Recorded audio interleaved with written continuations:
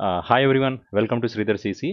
So last క్లాస్లో మనం June month part 1 current affairs complete చేశాం కదండి. సో ఈ క్లాస్లో మనం June month part 2 current affairs గురించి చూద్దాం. సరే, ఫస్ట్ క్వశ్చన్ చూడండి. సో ఫస్ట్ క్వశ్చన్ ఏంటంటే, which state government has announced the launch of e Nirman web portal and mobile application.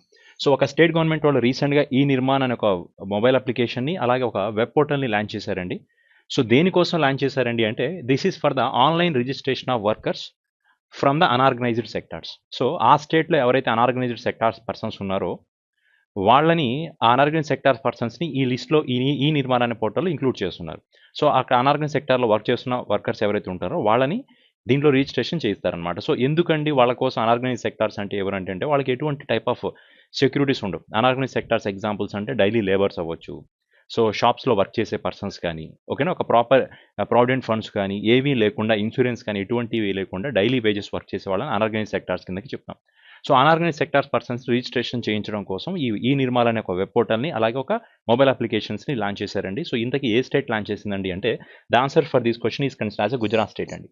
So ఎందుకు గుజరాత్ స్టేట్ లాంచ్ చేసిందంటే రీజన్, సో కోవిడ్ రావడం వల్ల చాలామంది పర్సన్స్ అన్ఆర్గనైజ్ సెక్టార్స్లో వాళ్ళు చాలామందికి ఎంప్లాయ్మెంట్ ప్రాబ్లం క్రియేట్ అయిపోయింది. So many people has get unemployed. So మరి అలాంటి వాళ్ళని రిజిస్ట్రేషన్ చేయించిన తర్వాత ఈ గుజరాత్ గవర్నమెంట్ అనేది ఏదైతే గవర్నమెంట్ స్కీమ్స్ లాంచ్ చేస్తుందో వాళ్ళని, ఆ గవర్నమెంట్ స్కీమ్స్ వాళ్ళకి అప్లికబుల్ అయ్యే విధంగా వాళ్ళని దాంట్లో ఇంక్లూడ్ చేస్తారనమాట. ఓకేనా, గవర్నమెంట్ బెనిఫిట్స్ వాళ్ళకి వచ్చే విధంగా గవర్నమెంట్ లాంచ్ చేసే కొత్త స్కీమ్స్ ఏవైతే ఉంటాయో వాటిలో వాళ్ళని ఇంక్లూడ్ చేసి ఆ బెనిఫిట్స్ని ప్రొవైడ్ చేసే ఉద్దేశంతో ఈ ప్రోగ్రామ్, ఈ నిర్మాణ్ అనే ఒక వెబ్ పోర్టల్ని అలాగే మొబైల్ అప్లికేషన్స్ని గుజరాత్ స్టేట్ గవర్నమెంట్ వాళ్ళు క్రియేట్ చేశారు. So that is one point. Vijay Rupani అనే పర్సన్ గుజరాత్ స్టేట్కి చీఫ్ మినిస్టర్ యాక్ట్ చేస్తున్నారు. Acharya Dev Virat is considered as a governor of this Gujarat state only. అలాగే గుజరాత్ స్టేట్ వాళ్ళు రీసెంట్గా ayurvedic call on doctors, ayurvedic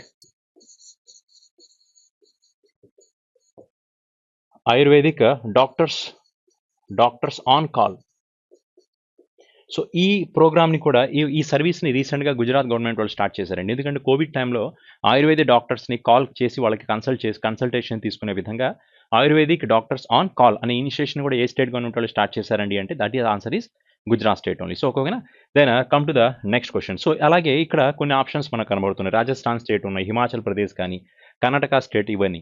so Karnataka state వాళ్ళు రీసెంట్గా స్మార్ట్ కిచెన్ అనే ఒక స్కీమ్ని స్టార్ట్ చేశారు. స్మార్ట్ కిచెన్ అనే ఒక ఇనిషియేషన్ స్టార్ట్ చేశారు. ఎందుకంటే కిచెన్ రీమోడలేషన్ చేసే విధంగా, ఎందుకంటే ట్రెడిషనల్ మెథడ్లో కుకింగ్ ఫెసిలిటీస్ని కాకుండా ట్రెడిషనల్ మోడరైజ్డ్ వేలో కుకింగ్ చేయాలనే ఉద్దేశంతో స్మార్ట్ కిచెన్ అనే ఒక ప్రోగ్రామ్ని స్టేట్ వాళ్ళు స్టార్ట్ చేశారు. చాలామంది ఫీమేల్కి సపోర్ట్ అవుతుంది ఈ ప్రోగ్రామ్ అనేది.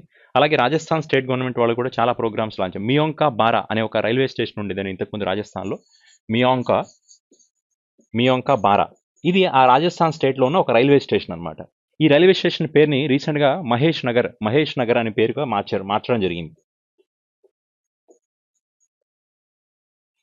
సో మియాంకా బారా రైల్వే స్టేషన్ పేరు ఎలా మార్చారని మహేష్ నగర్ అనే పేరు దానికి మార్చడం జరిగింది. సో ఎందుకంటే ఈ పేరు ఉంటే అక్కడ ఉన్న వాళ్ళకి, ఆడపిల్లలకి కానీ మగపిల్లలకి పెళ్ళిళ్ళు అవ్వట్లేదంట. అందుకే అది గవర్నమెంట్కి ఒక ప్రపోజల్ పెట్టడంతో గవర్నమెంట్ దాని పేరు మహేష్ నగర్ అనే పేరు మార్చడం జరిగింది. Then Rajasthan state government clear కదా. దెన్ నెక్స్ట్ వన్ వచ్చేటప్పుడు హిమాచల్ ప్రదేశ్ స్టేట్మెంట్ వాళ్ళు ఆప్కే ఘర్ ద్వార్ యోజన అనే ఒక స్కీమ్ని స్టార్ట్ చేశారు కోవిడ్-19 పేషెంట్స్కి సపోర్ట్ ఇవ్వడం కోసం. ఆప్కే ఘర్ ద్వార్ అనే స్కీమ్, ఆప్కే ఘర్ ద్వార్ కాంపియన్ లాంచ్ చేయడం జరిగింది. Then next one we can say, అలాగే ఉత్తరప్రదేశ్ స్టేట్ గవర్నమెంట్ వాళ్ళు రీసెంట్గా కాలా నమాక్ అనే ఒక ఫెస్టివల్ చేశారండి. కాలా నమాక్ ఈ ఫెస్టివల్ రీసెంట్గా ఏ స్టేట్లో సెలబ్రేట్ చేశారండి అంటే the answer should B Uttar Pradesh స్టేట్లో సెలబ్రేట్ చేయడం జరిగింది. అలాగే ఇక్కడ స్ట్రాబెరీ ఫెస్టివల్ని కూడా ఉత్తరప్రదేశ్ స్టేట్లో ఝాన్సీలో చేయడం జరిగింది. అలాగే జాగరీ ఫెస్టివల్ లక్నోలో చేశారు. సో ఉత్తరప్రదేశ్ స్టేట్లో రీసెంట్గా 3 ఫెస్టివల్స్ చేశారండి. ఏంటవి? కాలా నమక్ అనే ఫెస్టివల్, అది యూపీ స్టేట్లో జరిగింది. దెన్ అలాగే దాంతోపాటు జాగరీ ఫెస్టివల్ లక్నో ఉత్తరప్రదేశ్లోనే జరిగింది. దెన్ ఇంకొకటి ఏమన్నా స్ట్రాబెరీ ఫెస్టివల్, ఇది ఝాన్సీలో చేశారు. సో కాబట్టి సక్సెస్ఫుల్గా యూపీ స్టేట్లో ఈ ప్రోగ్రామ్స్ అనేవి జరిగాయండి. ఓకేనా, ayurvedic doctors on call initiation ఏ స్టేట్ స్టార్ట్ చేసిందంటే దాని ఆన్సర్ గుజరాత్ స్టేట్ అవుతుంది. Okay, then next question should be C. Next question is C. So who was then రీసెంట్గా ఒక గెల్ఫ్రెడ్ ఛాలెంజ్ చెస్ టైటిల్ జరిగిందండి. గెల్ఫ్రెడ్ ఛాలెంజ్ చెస్ టైటిల్, దాంట్లో ఒక పర్సన్ విన్ అయ్యారు. అతనికి $15,000 ఆఫ్ ప్రైజ్ మనీ అనౌన్స్మెంట్ ఇవ్వడం జరిగింది.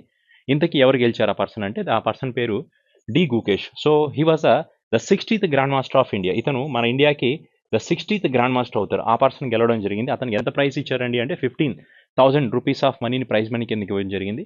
And the D Gukesh has defeated the Praggnanandhaa. ఇతను కూడా ఇండియన్ చెస్ ప్లేయర్ అండి, ప్రజ్ఞానంద. ఇతన్ని ఓడించి డి గుకేష్ అనే పర్సన్ ఈ టైటిల్ని గెలవడం జరిగింది. And finally he got total this much of prize money, $15,000 of prize money ఇవ్వడం జరిగింది.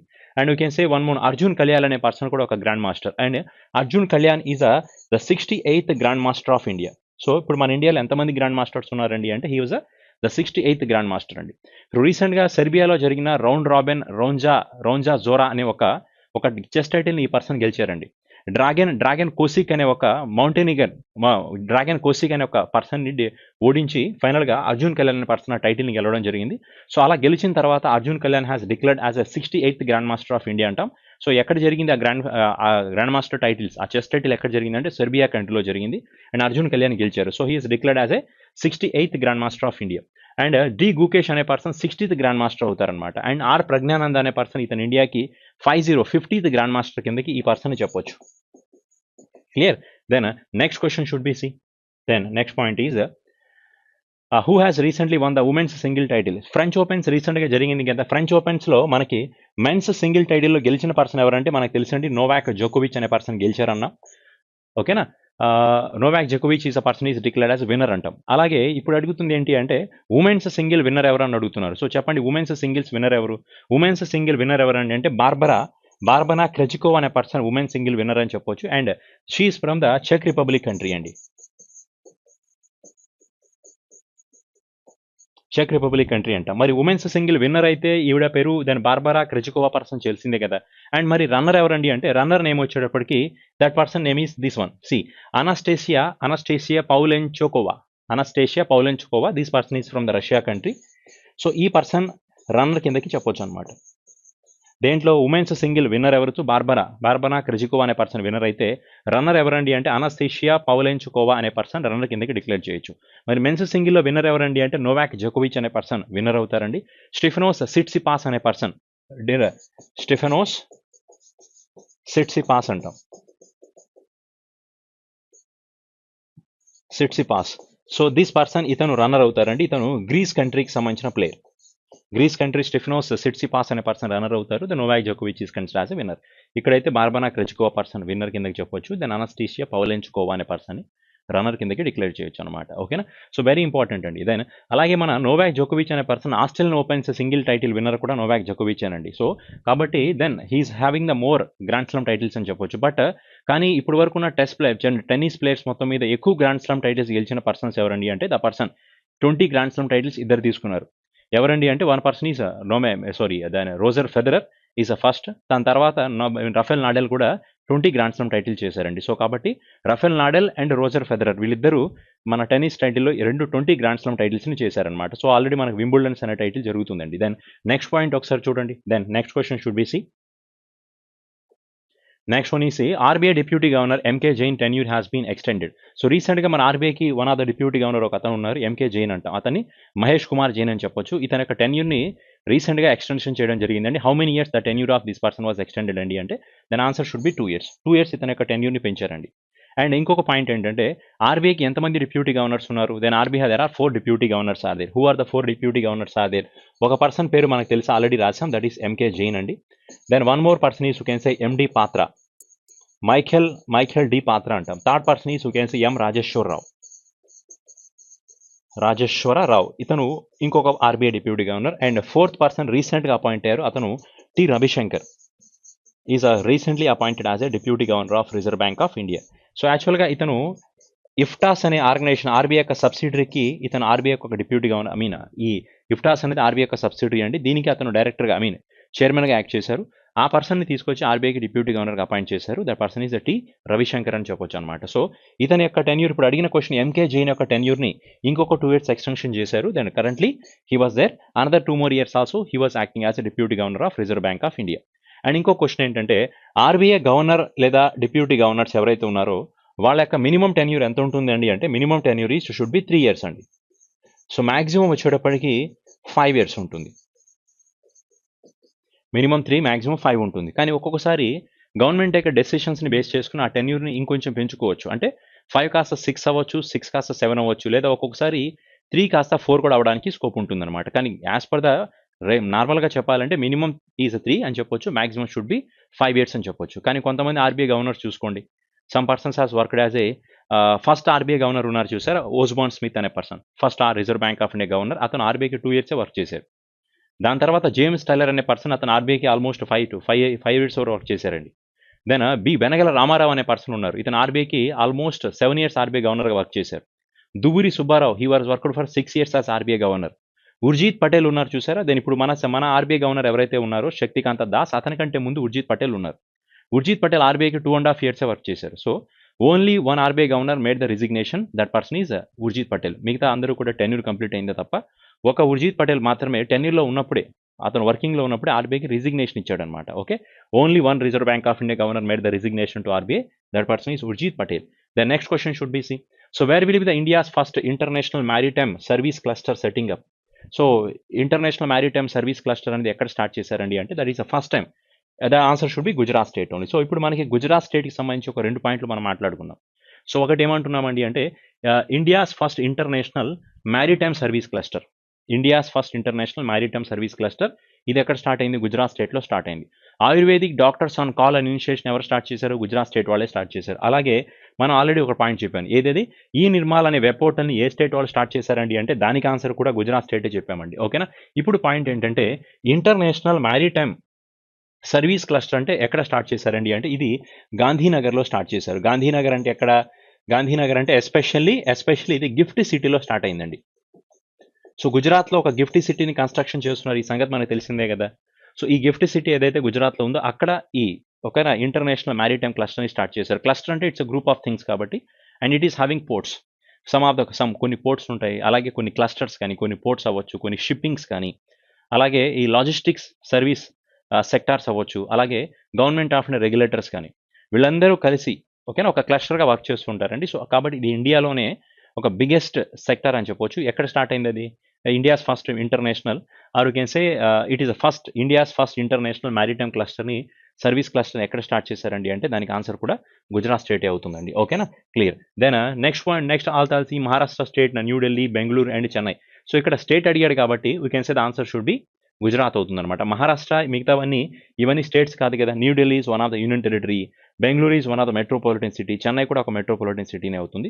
కానీ ఇక్కడ ఆన్సర్ మనం గుజరాత్ స్టేట్ కిందకి కన్సిడర్ చేయండి. Okay, then next one is wild as అనే ఒక వైల్డ్ యాస్ అనే ఒక వైల్డ్ లైఫ్ సాంచురీ అనేది ఎక్కడుందంటే గుజరాత్ స్టేట్లోనే ఉందండి. మెరైన్ నేషనల్ పార్క్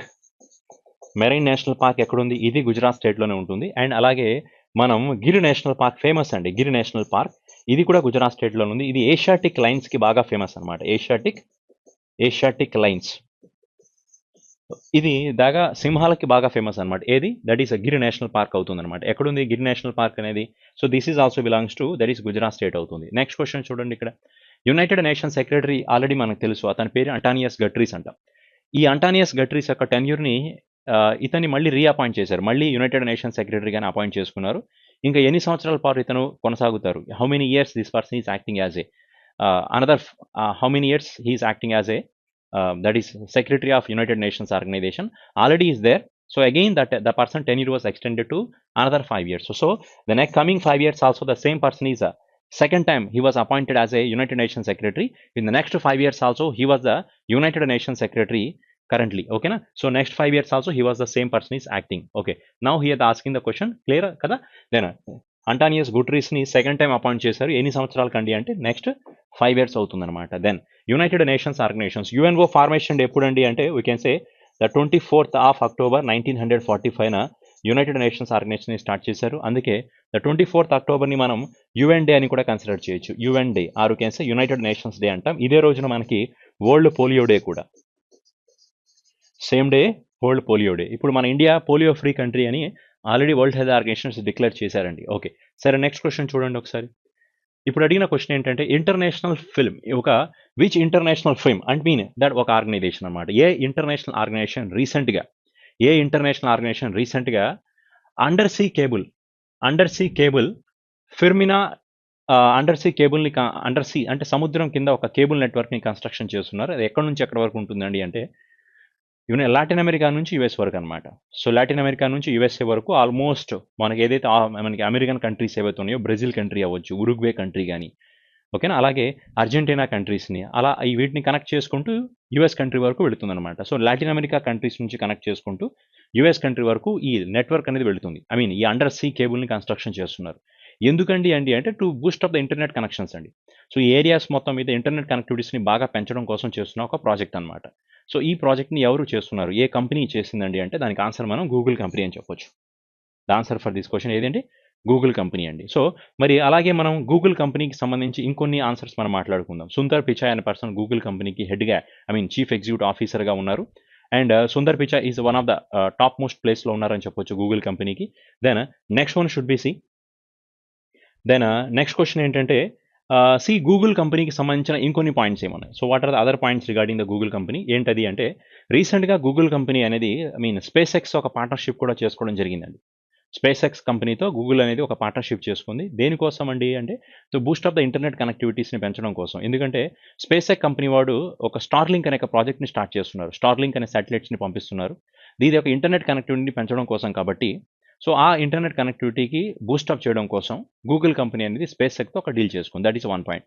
అలాగే ద గూగుల్ కంపెనీ వాళ్ళు రీసెంట్గా ఉమెన్ వీల్ అనే ఒక వెబ్ పోర్టల్ని కూడా స్టార్ట్ చేశారు. ఎందుకండి అంటే ఒక 1,00,000 ఫీమేల్ పర్సన్స్ ఎవరైతే ఉన్నారో ఉమెన్స్కి సపోర్ట్ ఇవ్వడం కోసం, ఉమెన్ ఎంటర్ప్రీనర్స్కి సపోర్ట్ ఇవ్వడం కోసం గూగుల్ ఒక ఉమెన్ వీల్ అనే ఒక వెబ్ ప్లాట్ఫామ్ని లాంచ్ చేయడం జరిగింది. That is one thing.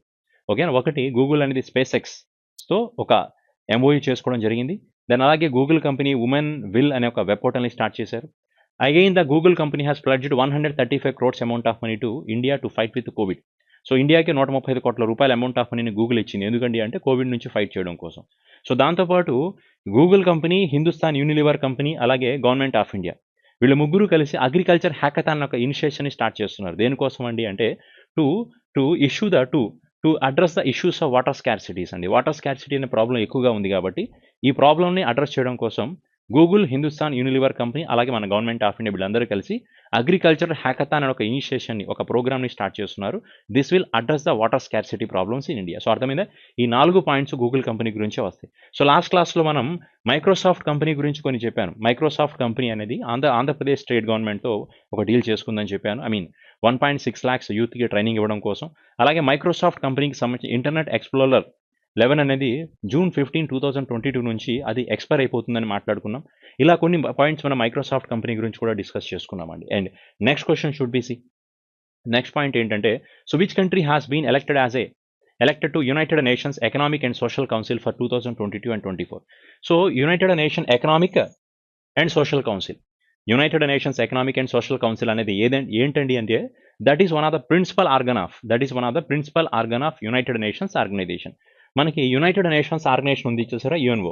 దీంట్లో మనకి మొత్తం ఒక సిక్స్ ప్రిన్సిపల్ ఆర్గాన్స్ ఉంటాయి. ఆర్గనైజే 6 మెయిన్ ఆర్గాన్స్ అని చెప్పొచ్చు, లేక 6 ఆర్గనైజేషన్స్ అనొచ్చు తన కంట్రోల్లో. United Nations organisation under this UNO there are total 6 principal organs are there, are 6 principal organisations are there.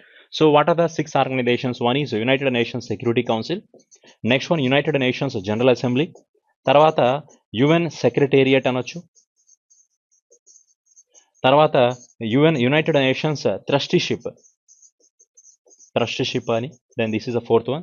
తర్వాత ఏంటండి అంటే యునైటెడ్ నేషన్స్ దిస్ వన్ అనమాట, United Nations economic and Social council. So this is the 5th one. అలాగే 6th one ఏంటండి అంటే international Court of justice అంట. ఇవన్నీ United nations ఆర్గనైజేషన్లో ఉన్న ఒక 6 ప్రిన్సిపల్ ఆర్గనైజేషన్స్ అవుతాయి. వీళ్ళలో రీసెంట్గా ఈ యునైటెడ్ నేషన్ ఎకనామిక్ కౌన్సిల్ అని చూసారా, దీనికి ఒక దేశాన్ని ఒక 2 years పాటు ఒక మెంబర్షిప్గా అపాయింట్ చేసుకోవడం జరిగిందనమాట. సో విచ్ కంట్రీ, ఏ కంట్రీని ఎలక్ట్ చేసుకున్నారండి United Nations economic and Social Council, ఏ కంట్రీని 2 years పాటు ఎన్నుకోవడం జరిగిందండి అంటే దానికి ఆన్సర్ మనం ఇండియా అని చెప్పొచ్చు. So what is the answer for this one? The answer is India అనమాట. సరే ఇంకొక పాయింట్ చూడండి, ఇక్కడ ఈ United Nations Security Council, United Nations General Assemblies ఇవన్నీ ఉన్నాయి. సో ఇదేంటంటే ఐసీజీ అంటే ఏంటి? ఇంటర్నేషనల్ కోర్ట్ ఆఫ్ జస్టిస్ అంటాం, International Court of justice.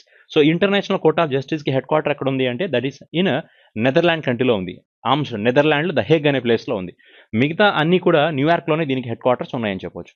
And ఇంకొక విషయం, యునైటెడ్ నేషన్స్ జనరల్ అసెంబ్లీ ఏదైతే ఉందో, యునైటెడ్ నేషన్స్ జనరల్ అసెంబ్లీలో ఎన్ని మెంబర్షిప్ కంట్రీస్ ఉంటాయండి అంటే ద మెంబర్స్ వచ్చేటప్పటికి మొత్తం 15 మెంబర్స్ ఉంటారండి. ఆ 15లో ఒక 10 వచ్చి నాన్ పర్మనెంట్ మెంబర్స్ ఉంటారు, ఒక 5 వచ్చి పర్మనెంట్ మెంబర్స్ ఉంటారు. సో ఈ 10 మందిని వీళ్ళు ఎప్పుడు చేంజ్ అవుతూ ఉంటారండి. సో అలాగే ఈ 5 మెంబర్స్ అయితే ఉంటారు చూసారా, వాళ్ళందరూ కూడా ఎవరండి అంటే పర్మనెంట్ మెంబర్స్ అంటాం. ఎవరు ఆ 5 మెంబర్షిప్ కంట్రీస్ అండి అంటే, ఒకటి ఫ్రాన్స్ కంట్రీ అండి, చైనా కంట్రీ ఉంటుంది, ఫ్రాన్స్ ఒకటి, చైనా ఒకటి, దెన్ బ్రిటన్ కంట్రీ అంటాం. బ్రిటన్ అంటే we can nothing but UK country అని చెప్పొచ్చు. దెన్ తర్వాత యుఎస్ఏ కంట్రీ, దాని తర్వాత రష్యా అనమాట. సో ఇవన్నీ కూడా పర్మనెంట్ మెంబర్షిప్ కంట్రీస్ అవుతాయి. దేనికి? United Nations Security Council, United Nations General assembly, there is a total, okay, there is a total 15 membership countries are there. Out of that one, 10 are completely full time, 10 are non permanent members, 5 are permanent members. So వీళ్ళు అనమాట. కానీ యుఎన్ఓలో membership countries ఎన్నండి అంటే, United Nations organisations consisting of total 193 membership countries are they. Okay, then come to the next question. Should be C. So already ఈ countries యొక్క capitals and currencies మనకు అందరికీ ఐడియా ఉంది. నైజీరియా కంట్రీ యొక్క capital ఏమవుతుంది? Nigeria country Abuja అనేది capital అవుతుంది, naira అనేది దీనికి కరెన్సీ కిందకి చెప్పొచ్చు అనమాట. Okay, so then Pakistan we know that one. Sweden country capital ఏంటి? స్టాక్ హోమ్ అనేది స్వీడన్ కంట్రీ క్యాపిటల్ అవుతుంది, స్వీడనిష్ క్రోన్ అనేది దీనికి కరెన్సీ అవుతుంది అనమాట. Then come to next point should be C. So next question ఏంటంటే, as per the 2021 edition of the Economics Intelligence Unit ఏదైతే ఉందో, ఈఐయు, ఇది రీసెంట్గా గ్లోబల్ లివబిలిటీ రిపోర్ట్ని రిలీజ్ చేశారండి. గ్లోబల్ లివబిలిటీ ర్యాంక్స్ అంటే మొత్తం ఒక 140 సిటీస్ని సర్వే చేసి గ్లోబల్ లివబిలిటీ సిటీస్ యొక్క ర్యాంకింగ్స్ రిలీజ్ చేశారు. సో వీటిలో which of the cities declared as a most liveable city, బాగా హ్యాపీగా లివబుల్ అంటే ఏంటి, బతికే విధంగా చాలా బ్రహ్మాండమైన సిటీ అనమాట. సో అలాగే లీస్ట్ లివబుల్ సిటీ కూడా అడుగుతున్నారు. సో కాబట్టి ఇక్కడ అడిగిన క్వశ్చన్ లీస్ట్ లివబుల్ సిటీ ఏంటి అని అడుగుతున్నారు, as per the Economics Intelligence unit report. ఈ ఎకనామిక్స్ ఇంటెలిజెన్స్ యూనిట్ అనేది లండన్ బేస్డ్ ఆర్గనైజేషన్ అండి. వీళ్ళ ప్రకారం మన లీస్ట్ లివబుల్ సిటీ ఏది అంటే, దట్ ఈస్ డెమస్కస్ అంటాం. డెమస్కస్ అంటే ఎవరు? డెమస్కస్ అనేది సిరియా కంట్రీకి సంబంధించిన క్యాపిటల్ అనమాట. సో సిరియా కంట్రీ క్యాపిటల్ ఏంటి? డెమస్కస్. సిరియా కంట్రీకి రీసెంట్గా బషర్ అల్ అసద్ అనే పర్సన్ని మళ్ళీ ప్రెసిడెంట్గా ఎన్నుకోవడం జరిగిందనమాట. సరేనా? ఇప్పుడు ఇంకొక పాయింట్ ఏంటంటే, మరి మోస్ట్ లివబుల్ సిటీ ఏదండి అంటే ఆక్లాండ్ అనే సిటీ అంటాం. ఆక్లాండ్, ఈ మోస్ట్ లివబుల్ సిటీ కిందకి ఆక్లాండ్ వస్తుంది. ఇది ఎక్కడుందండి అంటే న్యూజిలాండ్ కంట్రీ కిందకి వస్తుంది. న్యూజిలాండ్ అంట. మరి సెకండ్ మోస్ట్ లివబుల్ సిటీ ఏది అంటే ఒసాకా. ఈ ఒసాకా అనే ప్లేస్ ఎక్కడుందండి అంటే దిస్ ఈస్ ఇన్ జపాన్ అండి. సో ఓకేనా, జపాన్లో ఉన్న ఈ ప్లేస్ ఒసాకా అనేది సెకండ్ మోస్ట్ లివబుల్ సిటీ అని చెప్పొచ్చు. Then Auckland New Zealand is there, it is declared as a most liveable city అంటాం. ద లీస్ట్ లివబుల్ సిటీ ఏది? That is answer should B Damascus అండి. So what is the currency of Syria? Syria currency should be, we can consider it's as a pound is a currency of Syria only. So remaining cities ఇవన్నీ కరాచీ, ఇస్లామాబాద్, పెషావర్ ఇవన్నీ కూడా పాకిస్తాన్ కిందకు వస్తున్నాయి. కానీ Asia Pacific రీజన్లో వచ్చేటప్పటికి then Karachi ఇది it is a least liveable city కిందకి చెప్పొచ్చు. కానీ ఆల్ ఓవర్ వరల్డ్లో ఉన్న 140 సిటీస్లో, మెయిన్ 140 సిటీస్లో కంపేర్ చేస్తే డెమస్కస్ అనేది లీస్ట్ లివబుల్ సిటీ కిందకి చెప్పొచ్చు అనమాట. ఓకే, సరే, next question should be C. Next question ఏంటంటే, సో విచ్ ఇన్స్టిట్యూట్, ఏ ఇన్స్టిట్యూట్కి రీసెంట్గా ఒక ట్రేడ్ మార్క్ అనే అవార్డు ఇచ్చారండి. సో ఎందుకు ఇచ్చారండి అంటే, వాళ్ళు ఒక 1998లో ఆ ఇన్స్టిట్యూట్లో ఒక ప్రొఫెసర్, ఒక సైంటిస్ట్ ఉన్నారు. అతని పేరు అనిల్ సూరి అనే పర్సన్. అతను ఏం చేశారండి అంటే, ఒక ట్యూమర్కి సంబంధించి ఒక యాంటీజన్ని క్రియేట్ చేశారు. ట్యూమర్ అంటే దేనికి రిలేటెడ్? క్యాన్సర్కి ఉండేవాటి మనం ట్యూమర్స్ అంటాం, క్యాన్సర్ ట్రీట్మెంట్. ఆ ట్యూమర్కి ఒక యాంటీజన్ని, ఒక మెడిసిన్ని కనిపెట్టారండి. అతని పేరు ఏంటండి అంటే, అతని పేరు అనిల్ సూరి అంట. ఈ అనిల్ సూరి అనే పర్సన్ ఈ యాంటీజన్ ఎప్పుడు కనిపెట్టారండి అంటే 1998లో ఉన్నారు. అసలు యాక్చువల్గా ఈ పర్సన్ ఎవరండి అంటే, ఈ నేషనల్ ఇన్స్టిట్యూట్ ఆఫ్ ఇమ్యూనాలజీలో ఒక సైంటిస్ట్ అని చెప్పొచ్చు. సో అతను ఈ యాంటీజన్ కనిపెట్టారు. ఆ యాంటీజన్ యొక్క పేరు ఏమి ఇచ్చారండి అంటే, యాంటీజన్స్ కదా, వాటికి మనకుండే పేర్లు టైప్ ఉండవండి. సో కాబట్టి ఒక కోడింగ్ ఇస్తారు కాబట్టి, సో దానికి ఇచ్చిన పేరు SPA-G9 అని ఇచ్చారు. సో SPA-G9 అనే దానికి రీసెంట్గా ఒక ట్రేడ్ మార్క్ ఇవ్వడం జరిగింది. అది నేషనల్ ఇన్స్టిట్యూట్ ఆఫ్ ఇమ్యూనాలజీకి సంబంధించింది కాబట్టి, సో అక్కడ ఆన్సర్ ఏమవుతుందండి అంటే నేషనల్ ఇన్స్టిట్యూట్ ఆఫ్ ఇమ్యూనాలజీ అవుతుందన్నమాట. సో దీన్ని, ఈ మెడిసిన్ యాంటీజన్ని క్రియేట్ చేసిన పర్సన్ పేరు ఏంటి అని అడగొచ్చండి. His name is Anil Suri. ఎప్పుడు 1998లో క్రియేట్ చేశారు. దేనికండి అంటే, ఒక క్యాన్సర్లో క్యాన్సర్ ట్రీట్మెంట్ ఏదో ట్యూమర్కి ఒక యాంటీజన్ని కనిపెట్టినందుకు ఇచ్చారనమాట. Then next question should be C. Next one ఏంటంటే అంటే, సెంట్రల్ ఆఫ్రికన్ రిపబ్లిక్ అనే కంట్రీకి కొత్తగా అపాయింట్ అయిన ప్రైమ్ మినిస్టర్ ఎవరు? సెంట్రల్ ఆఫ్రికన్ రిపబ్లిక్ అనే దేశానికి కొత్తగా అపాయింట్ అయిన ప్రైమ్ మినిస్టర్ ఎవరు? So the name of the person is Henri Marie Dondra అనే పర్సన్ అపాయింట్ చేశారు. ఎవరు? Henri Marie Dondra. అలాగే ఇక్కడ చూడండి, ఫెర్మినా నెగ్రెబడా అనే పర్సన్, అలాగే సింప్లీస్ సరంజడి, వీరిద్దరు కూడా ఇంతకుముందు ఎర్లియర్ ప్రైమ్ మినిస్టర్స్ అనమాట. You can say farmer prime ministers అనొచ్చు. అంటే ఇప్పుడున్న కాదండి, ఇంతకుముందు యాక్ట్ చేశారు వాళ్ళు. కానీ ఇప్పుడు కొత్తగా అపాయింట్ హెన్రీ మ్యారీ డెండ్రీ అనే పర్సన్ని కొత్తగా అపాయింట్ చేయడం జరిగింది. మరి ఈ ఫౌస్టిన్ అనే పర్సన్ ఉన్నారు చూసారు, ఆ ఫౌస్టిన్ అర్చాంజ్ తౌడేజరా, ఈ పర్సన్ ఎవరండి అంటే ఈ దేశానికి ఇప్పుడు కరెంట్ ప్రెసిడెంట్గా యాక్ట్ చేస్తున్నారండి. So he was currently acting as a president of the central African republic. మరి ఇతను ఎవరు, జాన్ ముగుఫులి అనే పర్సన్. ఇతను తాంజానియా కంట్రీకి ఇంతకుముందు ప్రెసిడెంట్గా ఉన్నారు. రీసెంట్గా ఈ పర్సన్ చనిపోయాడు, తాంజానియా కంట్రీకి ఉన్న ప్రెసిడెంట్ చనిపోయారండి. ఎస్ఎస్ హసన్ అనే పర్సన్, ఎస్ సులుహు హసన్ అనే పర్సన్ని కొత్తగా తాంజానియా కంట్రీకి ప్రెసిడెంట్గా అపాయింట్ చేశారు. ఇది లాస్ట్ క్లాస్లో మనం చెప్పుకున్నామండి. సో జాన్ ముగుఫులి అనే పర్సన్ తాంజానియా దేశానికి ఇంతకుముందు యాక్ట్ చేసిన ప్రెసిడెంట్, ఇప్పుడు ఆ పర్సన్ చనిపోయాడు. సో ఓకేనా, ఎస్ఎస్ హసన్ అనే పర్సన్ ఆయన ప్లేస్లో కొత్తగా ప్రెసిడెంట్ కిందకి అపాయింట్ చేసుకోవడం కూడా జరిగిందనమాట. Then next question should be C. So next question ఏంటంటే, రీసెంట్గా మనకి వరల్డ్ హెల్త్ ఆర్గనైజేషన్ తెలుసు కదా, వరల్డ్ హెల్త్ ఆర్గనైజేషన్లో ఆ వరల్డ్ హెల్త్ ఆర్గనైజేషన్స్ కింద ఒక సపోర్టింగ్ అనొచ్చు, లేదా ఒక సబ్సిడీ అనొచ్చు, లేదా వరల్డ్ హెల్త్ ఆర్గనైజేషన్ అండర్లో ఉన్న ఒక ఆర్గనైజేషన్. వరల్డ్ హెల్త్ ఆర్గనైజేషన్లో అండర్లో ఉన్న ఒక ఆర్గనైజేషన్ పేరు ఏంటి అంటే దాని పేరు global air pollution and health technical advisory group అంటాం. అంటే ఆర్గనైజేషన్ అంటే నథింగ్ బట్ ఒక గ్రూప్ కిందకి కన్సిడర్ చేసుకోండి.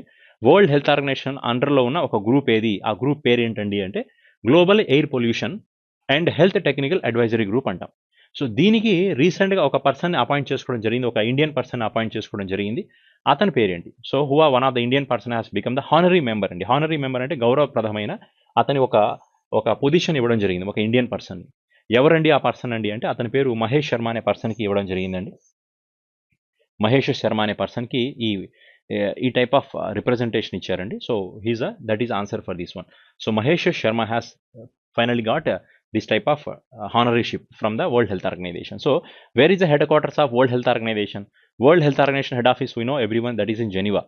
ఇప్పుడు that is World Health Organisation head office already మనకు తెలిసిందే కదా, జెనీవాలోనే కదా. సో ఇదే జెనీవాలో మనకి ఇంకా చాలా ఆర్గనైజేషన్స్ ఉన్నాయండి. So like international labour organization కానీ, united nations conference on trade and development అవ్వచ్చు, అండ్ వరల్డ్ మెట్రలాజికల్ ఆర్గనైజేషన్స్ కానీ, సో అలాగే international committee on red cross కానీ, ఇలా చాలా ఆర్గనైజేషన్స్కి హెడ్ క్వార్టర్స్ ఎక్కడ ఉన్నాయండి అంటే మనకి సేమ్ జెనీవాలోనే ఉన్నాయండి. ఓకేనా, సరే నెక్స్ట్ క్వశ్చన్ చూడండి. జెనీవా అంటే స్విట్జర్లాండ్ కిందకు వస్తుంది. స్విట్జర్లాండ్ క్యాపిటల్ ఏంటి? బెర్న్ అవుతుంది. స్విట్జర్లాండ్కి కరెన్సీ ఏమవుతుందండి అంటే స్విస్ ఫ్రాంక్ అనేది కరెన్సీ కిందకి చెప్పొచ్చు అనమాట.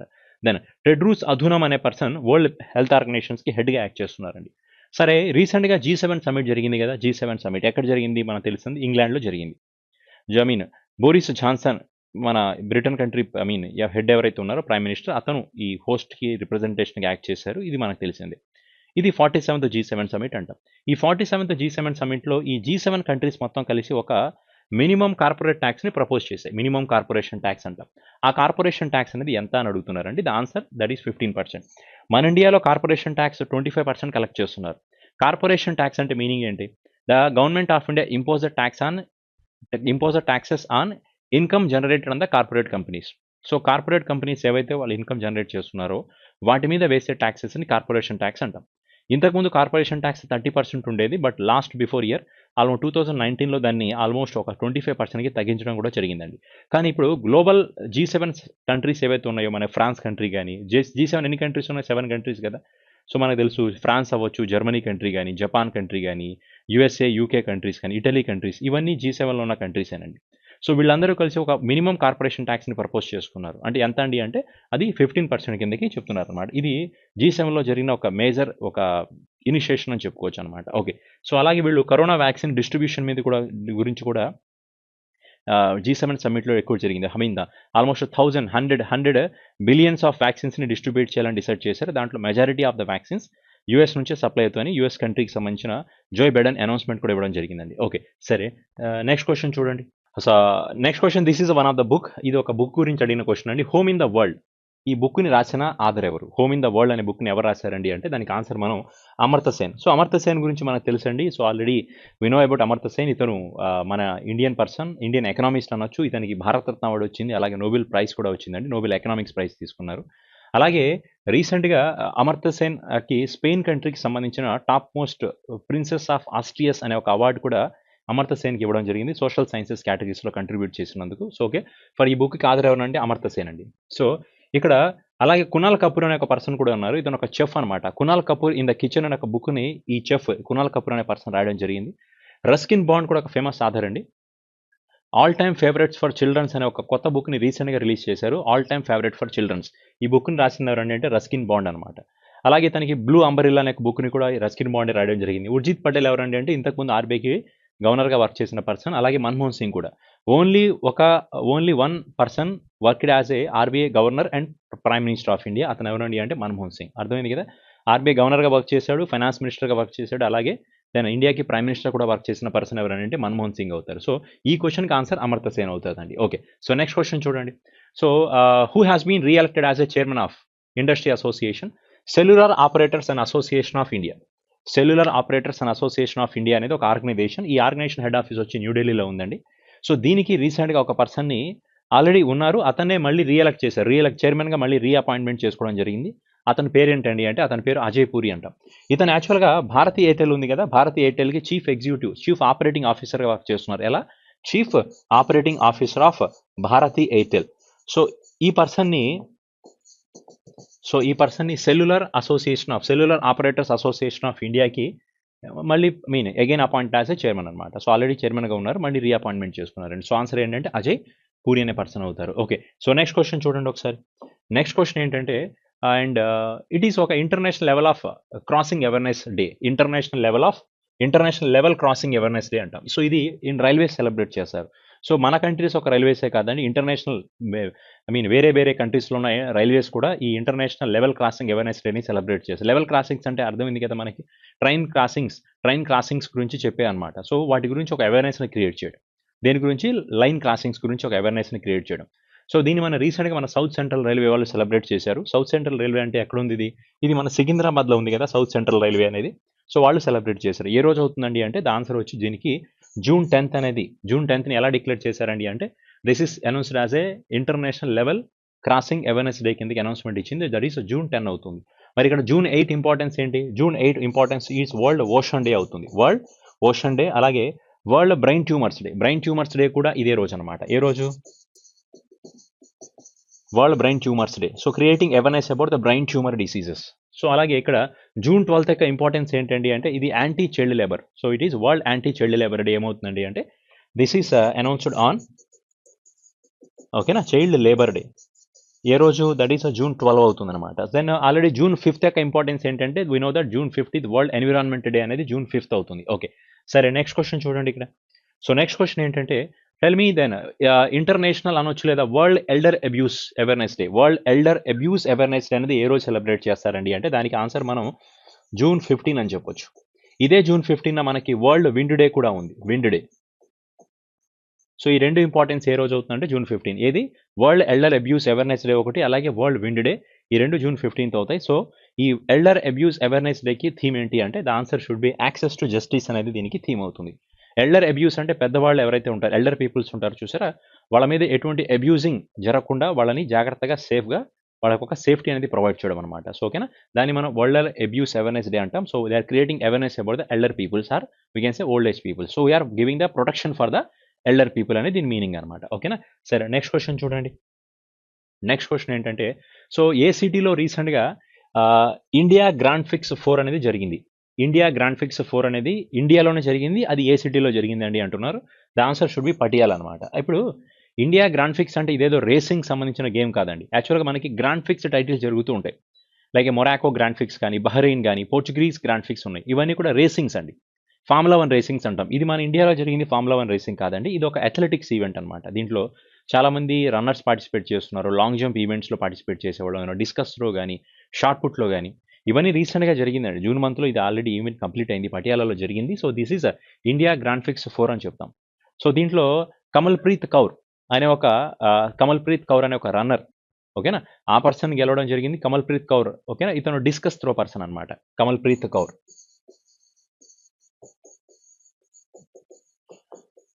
So this person has won the medal అండి. ఈ పర్సన్కి మెడల్ వచ్చింది. అలాగే దెన్ శ్రీశంకర్ అనే పర్సన్కి కూడా మెడల్ వచ్చింది, శ్రీశంకర్. సో ఇతను ఎవరండి అంటే ఇతను ఒక దాన్ని లాంగ్ జంపర్ అనమాట. This person is long jumper, ఇతను డిస్కస్ త్రో అండి. అలాగే దెన్ ఇలా చాలామంది పర్సన్స్ ఈ type of India grand prix 4లో పార్టిసిపేట్ చేశారు. చాలామందికి then so many people has won the gold medals అనమాట. సో కానీ ఇప్పుడు అడిగే క్వశ్చన్ ఏంటంటే ఎక్కడ జరిగింది అని అడుగుతున్నారు. ద ఆన్సర్ షుడ్ బి పటియాలాలో జరిగిందండి. Then next question should be C. Next question ఏంటంటే దెన్ రీసెంట్గా 2030లో వీనస్ మీద స్టడీ చేయడం కోసం ఒక మిషన్ స్టార్ట్ చేస్తున్నాం. Venus is one of the planet కదా. సో కాబట్టి దీని ఏమంటున్నారంటే EnVision mission to Venus in 2030. 2030 సంవత్సరంలో వీనస్ మీదకి ఒక శాటిలైట్ని పంపించబోతున్నారు. ఓకేనా? ఆ శాటిలైట్ని ఏ కంట్రీ యొక్క స్పేస్ ఏజెన్సీ పంపించబోతుందండి అంటే దానికి ఆన్సర్ మనం యూరోపియన్ స్పేస్ ఏజెన్సీ అంటాం. So the answer should B ESA. అర్థమైంది కదా? ఇప్పటి వరకు మన వాళ్ళు చాలా ప్లానెట్స్ మీద స్టడీ చేయడం స్టార్ట్ చేస్తున్నారు. మార్స్ ప్లానెట్ మీద స్టడీ స్టార్ట్ చేశారు. మూన్ మీద స్టడీ స్టార్ట్ చేస్తున్నారు. సో అలాగే now they decided to European space agency decided to send A satellite to send A one satellite to that is on space especially on Venus planet only. So కాబట్టి దీన్ని ఏమంటారంటే machine on Venus. అది ఏ country చేయబోతుందంటే 2030లో launch చేయబోతున్నారు. The answer should B European space agency నుంచి launch చేస్తున్నారు అనమాట. ఇక్కడ మనకి జాక్సా అంటే ఇది జపాన్ స్పేస్ ఏజెన్సీ అవుతుంది. దట్ ఈస్ నాసా అనేది this is USS space agency అండి. ISRO is Indian space agency. This is CNSA this is a China space agency. So ESA అంటే యూరోపియన్ స్పేస్ ఏజెన్సీ అంటాం. ఇక్కడ answer ESA అవుతుంది అనమాట. Okay, so come to next question should be C. Next question ఏంటంటే రీసెంట్గా ఒక దేశానికి సంబంధించిన ఒక పర్సన్ ఉన్నారు. ఒక ఏమనొచ్చు అంటే ఒక లిటరేచర్ రాసిన ఒక పర్సన్ అనమాట. సో ఇతనికి రీసెంట్గా పెన్ ప్రింటర్ అనే ఒక అవార్డు ఇవ్వడం జరిగింది. ఈ పెన్ ప్రింటర్ అనే అవార్డుని by that is English pen అనే ఒక సంస్థ స్టార్ట్ చేయడం జరిగిందండి. సో రీసెంట్ ఎవరికి ఇచ్చారు ఈ అవార్డు అంటే ద పర్సన్ ఈజ్ సిట్సి దంగరెంబా అనే ఒక పర్సన్కి ఇచ్చారు. సిట్సి దంగరెంబా ఇతను ఎవరండి అంటే ఇతను ఒక నావెలిస్ట్ అండి. అయితే లిటరేచర్ చాలా నావెల్స్ రాసిన పర్సన్. ఈ పేరేంటది సిట్సి దంగరెంబా అనేది పర్సన్. ఇతనికి ఏ అవార్డు వచ్చింది? పెన్ ప్రింటర్ అనే అవార్డు ఇచ్చారు. దీనికి ఈ అవార్డుని ఏ సంస్థ ఇస్తుందండి అంటే ఇంగ్లీష్ పెన్ అనే ఒక సంస్థ. This is UK based United Kingdom సంబంధించిన కంపెనీ అండి. వాళ్ళు పెన్ ప్రింటర్ అనే అవార్డుని ప్రజెంట్ చేశారు. సో మరి ఇచ్చారు కదా, ఏ పర్సన్కి ఇచ్చారు? సిట్సి దంగరెంబా అనే పర్సన్కి ఇచ్చారు. అండ్ ఇతను ఏ కంట్రీకి సంబంధించిన నావెలిస్ట్ అండి అంటే we can say this person is from Zimbabwe కంట్రీకి సంబంధించిన నావెలిస్ట్ అవుతారు. So what is the capital of Zimbabwe? Zimbabwe country capital Harare అనేది క్యాపిటల్ అవుతుంది. కరెన్సీ ఏమవుతుంది? యుఎస్ డాలర్ అనేది దీనికి కరెన్సీ కిందకి చెప్పొచ్చు అనమాట. నైజీరియా కంట్రీ క్యాపిటల్ అనేది ఏంటి? నైజీరియా కంట్రీకి అబుజా అనేది క్యాపిటల్ అవుతుంది. కరెన్సీ అనేది నైరా, NAIRA, నైరా అనేది కరెన్సీ అవుతుంది. సో సింగపూర్ నెదర్లాండ్ కంట్రీకి ఆల్రెడీ మనం ఇందాక చెప్పానండి. ఆమ్స్టర్డామ్ అనేది క్యాపిటల్ అవుతుంది. కరెన్సీ యూరో అనేది నెదర్లాండ్కి కరెన్సీ అవుతుంది. సో ఆల్రెడీ సింగపూర్కి చైనాకి ఆల్రెడీ మనకు తెలిసిందే కదా. So again I'm not repeating capital and currency of Singapore and China countries. Okay, so then next question should be C. So రీసెంట్గా రాజప్రభ అనే ఒక ఫెస్టివల్ని ఏ స్టేట్లో సెలబ్రేట్ చేశారు? రాజప్రభ అనే ఫెస్టివల్ని ఎక్కడ సెలబ్రేట్ చేశారండి అంటే దానికి ఆన్సర్ మనం ఒడిస్సా స్టేట్ అని చెప్తాం. ఈ రాజప్రభ అనే ఫెస్టివల్ ఒక 3 days చేస్తారు. ఇది 3 days long festival celebrating womanhood అంటాం. 3 days long festival celebrating womanhood. ఓకేనా? అంటే ఇక్కడ భూదేవిని ఎర్త్ని దేంతో కంపేర్ చేస్తారు? భూదేవి అంటాం కదా. సో చాలామంది ఎర్త్ని ఒక ఉమెన్తోనే కంపేర్ చేస్తారండి. సో ఎందుకంటే ఉమెన్స్కి దీనికి ఒక లింక్ ఉంటుంది అనమాట. వాళ్ళు ఒక ట్రెడిషన్ని చాలామంది ఈ ట్రెడిషన్ ఫాలో అవుతుంటారు. ఎలా చెప్తారండి అంటే ఉమెన్కి మెన్సెస్ అనేది ఎలాగైతే వస్తున్నాయో, సో మెన్సెస్ అనేది దేనికి ఒక ఫెర్టిలిటీకి సింబాలిజం కాబట్టి మనం చాలామంది వ్యవసాయం చేస్తూ ఉంటారు కాబట్టి నేలలో కూడా ఫెర్టిలిటీ అనేది ఉంటుంది కాబట్టి దానిని పూజిస్తారనమాట. ఆ ఉద్దేశంతో ఒడిస్సా స్టేట్లో ఈ ఫెస్టివల్ ఒక 3 రోజుల పాటు చేస్తూ ఉంటారు. సో ఒక సీజన్కి స్టార్ట్ అయ్యే ముందు చేస్తారనమాట. ఇప్పుడు మనకి మాన్సూన్ సీజనే కాబట్టి రీసెంట్గా వాళ్ళు ఉమెన్తో ఒక ల్యాండ్ని కంపేర్ చేస్తారనమాట. సో ఎందుకంటే వాళ్ళ కల్టివేషన్ అనేది ఒక ఫెర్టిలిటీ రావాలనే ఉద్దేశంతో పూజిస్తూ ఈ ఫెస్టివల్ చేస్తూ ఉంటారు. సో ఇది ఒడిస్సా స్టేట్లో చేశారండి. సో దానికి ఆన్సర్ ఏంటి అండి అంటే దెన్ రాజప్రభ ఫెస్టివల్ ఎక్కడ చేశారు? ఒడిస్సాలోని. ఒడిస్సాలో ఇంకా మనకి రథయాత్ర అనే ఫెస్టివల్ చేస్తారు. రథయాత్ర, అలాగే జగన్నాథ యాత్ర. సో ఈ ఫెస్టివల్స్ అన్ని కూడా ఎక్కడ స్టార్ట్ చేస్తారండి అంటే ఒడిస్సా స్టేట్లో. నవీన్ పట్నాయక్ అనే పర్సన్ ఇక్కడ చీఫ్ మినిస్టర్గా యాక్ట్ చేస్తున్నారు ఒడిస్సా స్టేట్కి. అండ్ ఒడిస్సా స్టేట్లో మనకి దెన్ హీరాకుద్ అనే ఒక డ్యామ్ కూడా ఉంది. Hirakud dam it is a very famous dam in Odisha state అండి. అలాగే టికాపరా అనే డ్యామ్ కూడా ఒడిస్సా స్టేట్ కిందకే వస్తుంది. ఈ రెండు కూడా ఇవన్నీ మహానది రివర్ మీద కన్స్ట్రక్ట్ చేసిన డ్యామే. సో ఇట్ ఈస్ ఇండియాలోనే చాలా లాంగెస్ట్ డ్యామ్ అండి. ఏది? హీరాకుద్ డ్యామ్ అవుతుంది. దెన్ అలాగే మనకి ఒడిస్సా స్టేట్లో మనకి నందనకన్ అనే జూ ఒకటి ఒడిస్సా స్టేట్లోనే ఉంది. Then next one is you can say Odisha state we have the famous temples are there. అలాగే కోణార్క్ సన్ టెంపుల్ కానీ అండ్ లింగరాజ టెంపుల్ కానీ. ఓకేనా? ఇవన్నీ మనకి ఒడిస్సా స్టేట్లోనే వస్తున్నాయండి. మనకి 10 రూపీ కరెన్సీ నోట్ ఉంది చూసారా, దాని బ్యాక్ సైడ్ మనకి ఏ టెంపుల్ ఉంటుందంటే కోణార్క్ సన్ టెంపులే ఉంటుందండి. అలాగే పూరి జగన్నాథ స్వామి టెంపుల్ కూడా ఒడిస్సా స్టేట్లోనే ఉంది. అండ్ ఇంకొక పాయింట్ ఏంటంటే ఒడిస్సా స్టేట్కి గవర్నర్ ఎవరు? గణేష్ లాల్ అనే పర్సన్ గవర్నర్గా యాక్ట్ చేస్తున్నారు. అండ్ ఇంకొక పాయింట్ ఏంటంటే ఒడిస్సా స్టేట్లో ఏవైతే కొన్ని రీసెంట్ కరెంట్ అఫైర్స్లో ఒడిస్సా స్టేట్ గురించి ఏ పాయింట్స్ వచ్చాయో ఒకసారి చూద్దామండి. రీసెంట్ కరెంట్ అఫైర్స్లో ఒరిస్సా స్టేట్స్ గురించి ఏంటది అంటే ఇండియాలోనే ఒక స్కిల్ సెంటర్ని రీసెంట్గా ఎక్కడ స్టార్ట్ చేశారు? It is India's first world skill centre. ఒడిస్సాలో స్టార్ట్ చేశారు రీసెంట్గా. ఇండియాలోనే ఒక ఫస్ట్ స్కిల్ సెంటర్. దాన్ని ఏమనొచ్చు అంటే India's first world skill centre start అయింది ఎక్కడ? ఒడిస్సాలోనే స్టార్ట్ చేశారు. దాంతోపాటు 2020-21 సీజన్లో ఇండియన్ ఉమెన్స్ ఫుట్బాల్ లీగ్ ఇది ఒడిశాలోనే జరిగింది. 2020-21 Indian women's football league happened in Odisha. Next question is 2023లో మెన్స్ హాకీ వరల్డ్ కప్ అనేది ఒడిశాలోనే జరగబోతుంది. దట్ ఈస్ భువనేశ్వర్ ప్లేస్లో జరగబోతుంది. ఆల్రెడీ షెడ్యూల్ వచ్చేసింది. 2023కి వెన్యూ డిక్లేర్ చేశారు. 2018లో మెన్స్ హాకీ వరల్డ్ కప్ ఒడిశాలోనే జరిగింది. 2023 also it is going to happen in ఒడిశాలోని. Next question should be ropax jetty project అనే ఒక ప్రాజెక్ట్ని ఓకేనా ఒక రివర్ మీద ఈ ప్రాజెక్ట్ దమేరా అనే ఒక రివర్ మీద రోపెక్స్ అనే ఒక ప్రాజెక్ట్ని కన్స్ట్రక్షన్ చేస్తున్నారండి. సో ఇది ఆల్మోస్ట్ ఇది ఒక బ్రిడ్జ్ అని చెప్పొచ్చు. సో ఇది ఎక్కడి నుంచి కనెక్ట్ చేస్తుందండి అంటే ఒడిశాలో ఉన్న 2 జిల్లాలు ఉన్నాయి.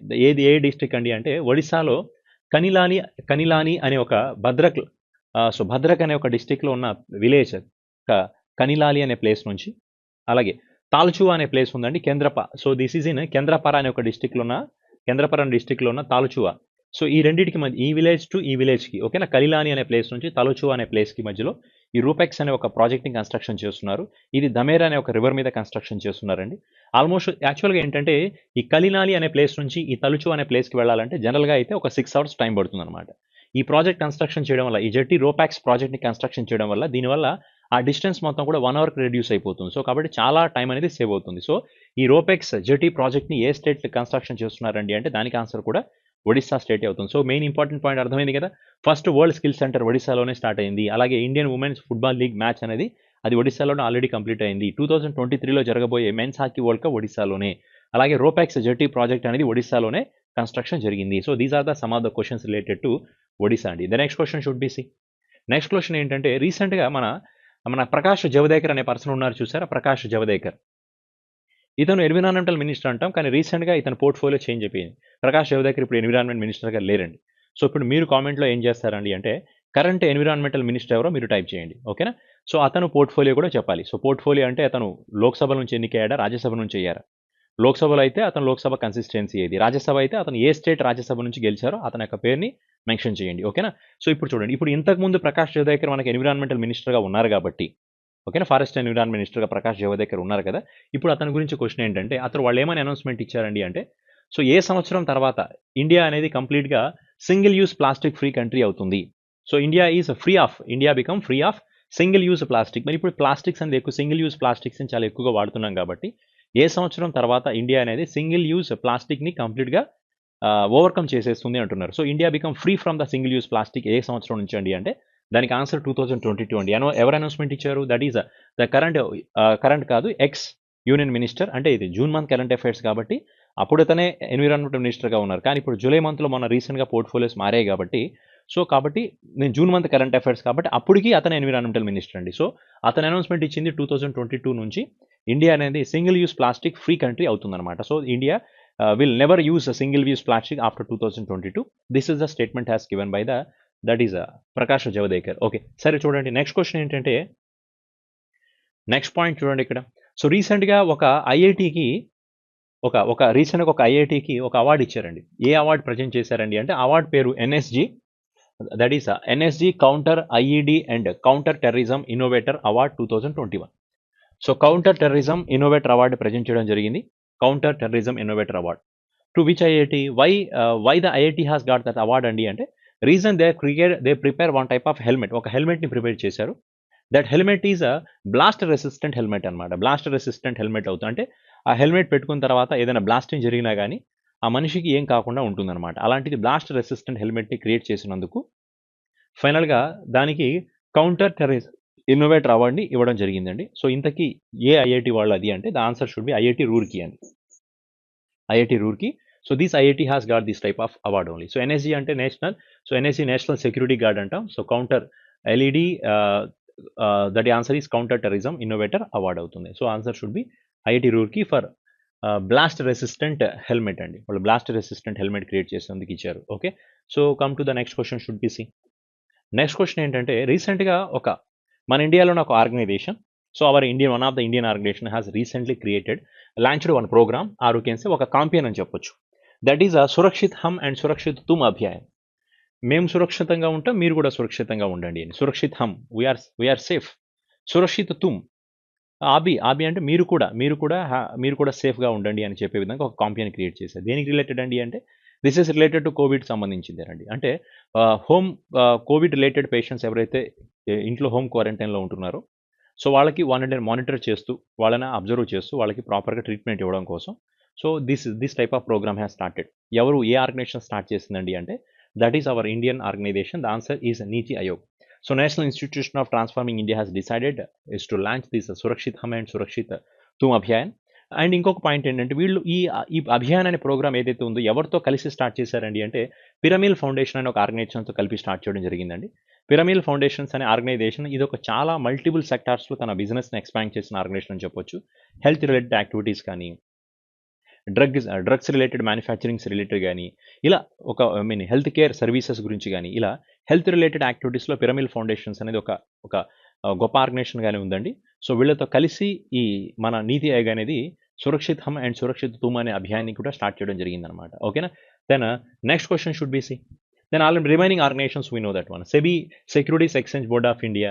This is Reserve Bank of India regulating our banking sector. SEBI has regulating share markets. NABARD is mainly regulating the regional rural banks and cooperative banks in India. So the NABARD has mainly provided the loans to agriculture and for the rural development. This is SIDBI has Small Industries Development Bank of India. It is mainly providing the small scale industries loans. It is providing the loans to small scale industries. Okay. So next point is S. Raman is a person recently appointed as the chairman of SIDBI. So already we know about NABARD. NABARD is Govindarajulu Chintala is a chairman of NABARD. Ajay Tyagi is a chairman of SEBI. And RBI is Sektikanta Das. And we can say Narendra Modi is a chairman of Niti Ayog. Clear? Next question should be see. Recently, which bank one person was appointed as a part-time chairman only? So tell me which bank GC Chaturvedi is there? GC Chaturvedi was appointed as a part-time chairman of which bank? Already reappointed. Already there, again the person was reappointed. So GC Chaturvedi reappointed as a part-time chairman of which bank? The answer should be that is ICICI Bank only. ICICI Bank part-time chairman is that person is a GC Chaturvedi. And who is the CEO of ICICI Bank? We know Sandeep Bakshi is the CEO of ICICI Bank. And Axis Bank is there. Rakesh Makhija is a person is acting as a chairman of this Axis Bank. Okay, sorry, Rakesh Makhija is a chairman of this one. Recently, Axis Bank Amitabh Chaudhary was appointed as Axis Bank MD. Then HDFC Bank, the person was appointed as a chairman. Atanu Chakravarti was appointed as a chairman of HDFC Bank. Shashidhar Jagadishan was acting as a MD of this HDFC Bank only. So Bandhan Bank recently that is Chandrasekhar Ghosh was appointed as the chief executive officer of Bandhan Bank only. Very important recent current affair. Already there, again the person was reappointed. So what is the name of this person? Chandrasekhar Ghosh. Remember this point. Chandrasekhar Ghosh. So that is a person is appointed as a CEO. Anup Kumar Singh is a chairman of Bandhan Bank. See, I am saying the chairman name and along with the CEO. I am here. Bandhan Bank chairman name is Anup Kumar Sinha. Then Bandhan Bank CEO is Chandrasekhar Ghosh. Kotak Mahindra Bank CEO and founder and MD. Everything is Uday Kotak is the chairman, CEO and MD also. Then so all these banks names we repeated. So that's why. Then where is headquarters of HDFC Bank? It is in Mumbai. Bandhan Bank is in Kolkata. Kotak Mahindra Bank Mumbai. ICICI Bank Axis Bank headquarters is also belongs to Mumbai only. Okay. What is the tagline of ICICI Bank? Hum hai na khayal aapka. Axis Bank tagline is Badhti ka naam zindagi. HDFC Bank tagline, we understand your world. Okay. So Kotak Mahindra Bank, let's make money simple is a tagline for Kotak Mahindra Bank only. Okay. Next question should be see. So which organization has given a approval to Pyramid resolution? Pyramid Foundation has recently Confederation of Indian Industries. Recently CIA, we can say Confederation of Indian Industries has given the permission to Pyramid Foundations to purchase a DHFL. So DHFL means Diwan Housing Finance Limited. So recently Confederation of Indian Industries also giving the permission. And recently they're also taking the approval from NCLT. So what is the meaning of NCLT? National Company Law Tribunal. So this National Company Law Tribunal is a part of Insolvency and Bankruptcy Code. So this Insolvency and Bankruptcy Code started in the year of 2016.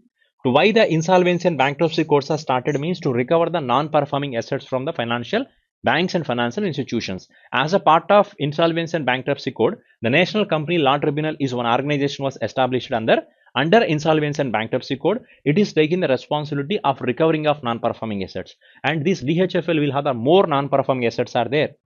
And it is having in trouble. It is in financial crisis. That's why National Company Law Tribunal has given announcement to Pyramid Foundations to acquire this DHFL organization. Already they taken the permission from Confederation of Indian Industries in the last month only. Last month means May month, CA has given the approval. Now in the month of June, this Pyramid, this NCLT is also giving the approval to Pyramid Foundations to acquire DHFL only. Okay, next question should be C. And which of the state has declared as a third place? Which of the state has recently declared is a third one? Anemia Muktu Bharat. In Anemia Muktu Bharat, which state is in third rank? So they are not asking first rank, they are asking third rank. Let's see the question. So which state has climbed to the third spot in Anemia Muktu Bharat? Anemia is one of the disease. Most of the children will get this type of anemia diseases. So anemia, which of the state is getting the third rank in Anemia Muktu Bharat? The answer should be Himachal Pradesh only. But which is in first place Anemia Muktu Bharat? Anemia Muktu Bharat, first place should be that is Madhya Pradesh state, and second place is that is Odisha state is in second place only. The third place is goes to which state? The answer should be Himachal Pradesh. Already we said Himachal Pradesh state has started the forest ponds, building forest ponds to conserve the, to reserve, means to maintain the rainwater harvesting. For making rainwater harvesting, Himachal Pradesh state has started this forest ponds concept. At the same way, Mukhyamantri Sankalp Yojana program is also started by Himachal Pradesh state. They launched the 1100, one of the toll-free number. Mukhyamantri Sankalp COVID నుంచి వాళ్ళకి help ఇవ్వడం కోసం అక్కడ వాళ్ళకి ఒక help line నెంబర్ని కూడా launch చేయడం జరిగిందండి. ఏ స్టేట్ వాళ్ళు స్టార్ట్ చేశారు? హిమాచల్ ప్రదేశ్ స్టేట్ అండి. ఏమని ఆ స్కీమ్ పేరేంటి? ముఖ్యమంత్రి సంకల్ప్ హెల్ప్ లైన్ నెంబర్ అంటాం. ముఖ్యమంత్రి సంకల్ప్ హెల్ప్ లైన్ నెంబర్. ఆ ప్రోగ్రామ్ కూడా లాంచ్ చేసింది హిమాచల్ ప్రదేశ్ స్టేట్ వాళ్ళే లాంచ్ చేశారండి. ఓకేనా? సరే, నెక్స్ట్ క్వశ్చన్ చూడండి. నెక్స్ట్ వన్ ఏంటంటే, రీసెంట్గా ఈ Biotech organisation, biotechnology company Mylab అనే కంపెనీ చూసారా? ఈ మైలాబ్ అనే కంపెనీకి ఒక పర్సన్ని సెలబ్రిటీగా అపాయింట్ చేశారు. మైలాబ్ అనే కంపెనీకి కొత్తగా అపాయింట్ అయిన సెలబ్రిటీ ఎవరు అనేది క్వశ్చన్ అనమాట. The answer for this question is Akshay కుమార్ని రీసెంట్గా అపాయింట్ చేసుకోవడం జరిగిందండి. అలాగే పంజాబ్ స్టేట్ కరోనా వ్యాక్సినేషన్స్కి ఎవరిని అంబాసిడర్గా అపాయింట్ చేశారండి అని క్వశ్చన్ అడిగితే సోను సూద్ అని చెప్పండి. Punjab state corona vaccinations ambassador ఈ Sonu Sood, and Myla Biotechnology Company, the ambassador should be that is Akshay Kumar, is a Bollywood actor only. Okay, so next question should be C. Next one is Naftali Bennett. Naftali Bennett అనే person ఒక కంట్రీకి 13వ prime minister కింద appoint చేయడం జరిగింది. అతను ఏ కంట్రీకి appointed అండి అంటే the answer should B Israel country అండి. ఇది లాస్ట్ క్లాస్లో చెప్పానండి. ఇసాక్ హెర్జోగ్ అనే పర్సన్ ఇజ్రాయెల్ కంట్రీకి ప్రెసిడెంట్గా అపాయింట్ అయితే 11th ప్రెసిడెంట్ అవుతారు ఇసాక్ హెర్జోగ్. ఇతను నఫ్తాలి బెన్నెఫ్ట్ అనే పర్సన్ ప్రైమ్ మినిస్టర్ కింద అపాయింట్ అయ్యారు. ఇది లాస్ట్ క్లాస్లో మీకు చెప్పాను. అలాగే దీంతో పాటు మీకు లాస్ట్ క్లాస్లో ఒక స్లైడ్ చూపించాను. రీసెంట్గా ఏ కంట్రీస్కి కొత్తగా అపాయింట్ అయిన ప్రైమ్ మినిస్టర్లు, ప్రెసిడెంట్ ఎవరైతే ఉన్నారో వాళ్ళ గురించి ఒక 5-6 క్వశ్చన్స్ చెప్పడం జరిగింది. అక్కడ ఈ పాయింట్ కూడా కవర్ చేసామండి. Okay, so that's why we are not. And ఇప్పుడు ఇతను 13వ ప్రైమ్ మినిస్టర్ అవుతారు. ఇసాక్ హెర్జోగ్ అనే పర్సన్ 11th ప్రెసిడెంట్ అవుతారనమాట. ఓకే, సరే, ఇజ్రాయెల్ కంట్రీకి క్యాపిటల్ ఏంటి? షెకెల్ అనేది కరెన్సీ అవుతుంది. క్యాపిటల్ ఏంటి ఇజ్రాయెల్ కంటే? దట్ జెరూసలేం అనేది క్యాపిటల్ అవుతుంది. సో మిగతావన్నిటికి మీకు తెలిసినదే కదండి. ఆఫ్రికా అనేది కాంటినెంట్ అవుతుంది, ఇజ్రాయెల్ తెలుసు. ఇటలీకి క్యాపిటల్ ఏమవుతుంది? రోమ్. కరెన్సీ ఏంటి? యూరో అవుతుంది. జర్మనీకి కరెన్సీ యూరోనే కదా. ఆస్ట్రేలియాకి కరెన్సీ ఏంటి? Australian dollar. క్యాపిటల్ ఏంటి? కాన్బెరానే కదా. ఓకే, సరే, next question should be see. Germany capital ఏమవుతుంది? బెర్లిన్ అవుతుంది. సరే, నెక్స్ట్ వన్ చూడండి. ఇటీవల ఎన్నికల కమిషనర్గా ఎవరు నియమితులయ్యారు? So who was recently appoint as election commissioner? నేను చీఫ్ ఎలక్షన్ కమిషనర్ అడగట్లేదండి. I'm not asking chief election commissioner. Already we know that. ఇంతకుముందు క్లాస్లో చెప్పాం. Chief election commissioner of India is Sushil Chandra is appointed as 24th chief election commissioner. And chief election commissioner కింద 2 election commissioners ఉంటారు. ఆ 2 election కమిషనర్స్లో Sushil చంద్ర ఇంతకుముందు ఉండేవాడండి. ఆయన సునీల్ అరోరా అనే చీఫ్ ఎలక్షన్ కమిషనర్ రీప్లేస్ చేస్తూ ఇప్పుడు చీఫ్ ఎలక్షన్ కమిషనర్ అయ్యారు. కాబట్టి సుశీల్ చంద్ర ఇంతకుముందు ఎలక్షన్ కమిషనర్, ఇప్పుడు చీఫ్ ఎలక్షన్ కమిషనర్. ఇప్పుడు ఆయన చీఫ్ ఎలక్షన్ కమిషనర్ అయ్యారు కాబట్టి in the place of Sushil Chandra who was newly appointed, ఎవరిని కొత్తగా అపాయింట్ చేశారండి అంటే అనూప్ చంద్ర పాండేని అపాయింట్ చేయడం జరిగింది. అండ్ ఇంకొక పర్సన్ ఎవరు మరి? And who is another one more election commissioner of India అంటే రాజీవ్ కుమార్ అవుతారనమాట. ఓకేనా? ఇప్పుడు మనకి ఇండియాకి 2 ఎలక్షన్ కమిషనర్స్ ఉన్నారు. అనూప్ చంద్ర పాండే ఒకతను, రాజీవ్ కుమార్ ఒకతను. చీఫ్ ఎలక్షన్ కమిషనర్ ఎవరండి అంటే సుశీల్ చంద్ర. ఇతను ఇండియాకి 24వ చీఫ్ ఎలక్షన్ కమిషనర్ అవుతారు. Clear? Then come to the next question. Debashish Pandey అనే పర్సన్ ఎవరండి? డిబాశిష్ పాండే. ఇతను he was secretary of financial services. Financial service secretary ఎవరండి అంటే డిబాశిష్ పాండే అవుతారనమాట. ఓకేనా? The next question should be C. Next one. ఇప్పుడు ఈ లాయల్టీ ప్లాట్ఫామ్ ఉందండి. పే బ్యాక్ అనేది ఒక loyalty platform. Payback is one of the loyalty platform. So ఇది ఒక కంపెనీ అనమాట, పేబ్యాక్ అనే కంపెనీ. సో ఈ కంపెనీని రీసెంట్గా ఎవరు ఏ డిజిటల్ పేమెంట్ వాళ్ళు కొన్నారు, I mean acquired. Which digital payment platform recently acquired loyalty program Payback అనే ఒక కంపెనీని ఎవరు రీసెంట్గా కొన్నారు అంటే ఇది దీని చేసే పని ఏంటో తెలుసా, డిస్కౌంట్లు ఇవ్వడం, ఆఫర్లు అనౌన్స్మెంట్ ఇవ్వడం కానీ, క్యాష్ బ్యాక్లు ఇవ్వడం కానీ, లాయల్టీ ప్రోగ్రామ్స్ ఇచ్చే ఒక ఆర్గనైజేషన్ అనమాట. ఎందుకంటే ఇప్పుడు రీసెంట్గా మన ఇండియాలో డిజిటల్ ప్లాట్ఫామ్స్ చాలా ఉన్నాయి కదా. ఏవైనా డిజిటల్ ప్లాట్ఫామ్స్, ఇదిగో ఫోన్పే డిజిటల్ ప్లాట్ఫామే, భారత్ పే కానీ, పేటిఎం కానీ, భీమ్ కానీ, గూగుల్ ప్లే, ఇవన్నీ డిజిటల్ ప్లాట్ఫామ్సే కదా. వీటన్నిటిని యూజ్ చేసి మనం ట్రాన్సాక్షన్ చేసుకోవచ్చు కదా. సో అందుకని రీసెంట్గా వీళ్ళల్లో ఉన్న ఒక భారత్ పే అనే ఒక డిజిటల్ ప్లాట్ఫామ్ అనేది recently their purchased the Payback. ఎందుకండి అంటే మరి కస్టమర్స్కి ఈరోజు ఒక ట్రాన్సాక్షన్ చేస్తున్నప్పుడు దే ఆర్ ఎక్స్పెక్టింగ్ సంథింగ్ అండి, ఏదో ఒక ఆఫర్లు కానీ, డిస్కౌంట్లు కానీ, ఏదో ఒకటి కావాలి కదా మనకి. సో అందుకే ఇప్పుడు మన ఫోన్పే, గూగుల్ పే వీటన్నిటిలో కూడా మనకి బెటర్ లైక్ నెక్స్ట్ టైంలు, ఓకేనా, లేకపోతేనేమో ఏదో ఒక ఆఫర్ ఇస్తారు, అవి మనం వాడము, ఏమి లేవు. వాడు ఇచ్చే ఆఫర్ మనం యూజ్ చేసాం, ఏదో అక్కడ ఫార్మసీలోంచి 200 రూపీస్ ఆఫ్ అంటాడు, అది మనం ఎందుకు వాడతామండి. సో మనకి అవసరం లేని ఆఫర్స్ మొత్తం ఇస్తూ ఉంటాయి. సో కాబట్టి ఇదొక క్యూరియాసిటీ, ఎందుకు చేసేసాం, స్క్రాచ్ కార్డ్లో వస్తే ఎక్కువగా స్క్రాచ్ చేసి యూజ్ చేద్దాం అనే ఆలోచనలో ఉంటాం కాబట్టి. సో వాడు కూడా అదే ప్రోగ్రామ్ని ఇనిషియలైజేషన్ చేస్తూ స్టార్ట్ చేశారు. That is answer BharatPe అవుతుంది అనమాట. సో క్లియర్ కదా, భారత్ పే అనేది ఒక మర్చెంట్ అవుట్లెట్ అవుతుంది. Same like making some lot of transactions, bill payments కానీ ఇవన్నీ భారత్ పే నుంచి కూడా మనం చేయొచ్చు. So that is organization recently acquired Payback. సరే, అలాగే వరల్డ్ గివింగ్ ఇండెక్స్ 2021లో మన ఇండియా యొక్క ర్యాంక్ ఎంత? ఈ వరల్డ్ గివింగ్ ఇండెక్స్ అంటే దేని గురించి అండి అంటే this is representing about charities అండి.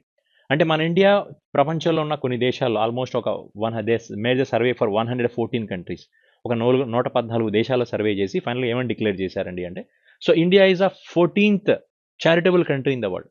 ప్రపంచంలో ఉన్న చాలా దేశాల్లో కంపేర్ చేస్తే ఇండియా 14వ ర్యాంక్లో ఉంది. చారిటీ ప్రోగ్రామ్స్ ఇండియా ఎక్కువగా కండక్ట్ చేస్తుంది, డొనేషన్స్ ఇవ్వడం కానీ, చారిటబుల్ ట్రస్ట్లను రన్ చేయడం కానీ. సో ఒక చారిటబుల్ కంట్రీ అండి. చారిటీస్ అంటే తెలుసుగా మనకి, కోవిడ్-19 టైంలో ఇండియాలో చాలా చారిటీ ప్రోగ్రామ్స్ జరుగున్నాయి.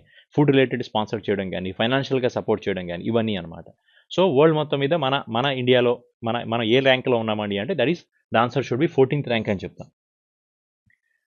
మరి చారిటీ ఇండెక్స్లో మరి ఫస్ట్ ప్లేస్లో ఉన్న కంట్రీ ఏమేమి ఉంటుందంటారు? So tell me the answer. So which country has did the charities and world giving index, so which country is in first place? Okay, see మరి వరల్డ్ చారిటీ ఇండెక్స్ లో, world giving index లో first place లో ఉన్న country ఏది అంటే the answer should B that is Indonesia country first place లో ఉందండి. తర్వాత సెకండ్ ప్లేస్ లో మనం కెనియా కంట్రీని సెకండ్ ప్లేస్ లో చెప్పొచ్చు. మరి థర్డ్ ప్లేస్ లో ఏ కంట్రీని చెప్పొచ్చు అండి అంటే నైజీరియా కంట్రీ అంటాం, చూసారా, ఆ కంట్రీ థర్డ్ ప్లేస్ లో ఉంది అంటామండి. So Indonesia country first place లో ఉంది, ఫోర్త్ ప్లేస్ లో మయన్మార్ కంట్రీ ఫోర్త్ ప్లేస్ లో ఉంది, ఫిఫ్త్ ప్లేస్ లో ఆస్ట్రేలియా కంట్రీస్ ఉన్నాయి. సో కాబట్టి మన ఇండియా ఏ ర్యాంక్లో ఉన్నామంటే మనం 14వ ప్లేస్లో ఉన్నాం అన్నమాట. ఎక్కువ చారిటీస్ని కండక్ట్ చేసిన కంట్రీ ఇండోనేషియా అవుతుంది. సార్ అలాగే ఇండియా యొక్క ర్యాంకింగ్స్ ఇంకొన్నిట్లో చూద్దామండి. ఇంకా డిఫరెంట్ ఇండెక్సెస్లో ఇండియా యొక్క ర్యాంక్స్ అనేవి ఏ విధంగా ఉన్నాయో చూద్దాం. సో వాళ్ళలో ఒకటి చూడండి, వరల్డ్ హ్యాపీనెస్ ఇండెక్స్లో మన ర్యాంక్ ఎంత? 139. వరల్డ్ హ్యాపీనెస్ ఇండెక్స్లో ఇండియా ర్యాంక్ 139. మరి ఫస్ట్ ప్లేస్లో ఉన్న కంట్రీ ఏది? మోస్ట్ హ్యాపీయెస్ట్ కంట్రీ ఫిన్లాండ్ అనేది ఫస్ట్ ప్లేస్లో ఉందండి. అలాగే వరల్డ్ ప్రెస్ ఫ్రీడమ్ ఇండెక్స్లో, ఇది లాస్ట్ క్లాస్లో చెప్పాను, 142 అనేది ఇండియా ర్యాంక్ అవుతుంది. మరి ఫస్ట్ ప్లేస్లో కంట్రీ ఏది? నార్వే కంట్రీ ఫస్ట్ ప్లేస్లో ఉంది. అలాగే వరల్డ్ జెండర్ గ్యాప్ రిపోర్ట్లో ఇండియా ర్యాంక్ 140 అండి. ఫస్ట్ ప్లేస్లో ఉన్న కంట్రీ ఐస్లాండ్ కంట్రీ ఫస్ట్ ప్లేస్లో ఉంది. దాంతోపాటు తర్వాత ఎకనామిక్ ఫ్రీడమ్ ఇండెక్స్లో ఇండియా ర్యాంక్ ఎంత? 121 అండి. ఫస్ట్ ప్లేస్లో సింగపూర్ కంట్రీ ఫస్ట్ ప్లేస్లో ఉన్నాయి.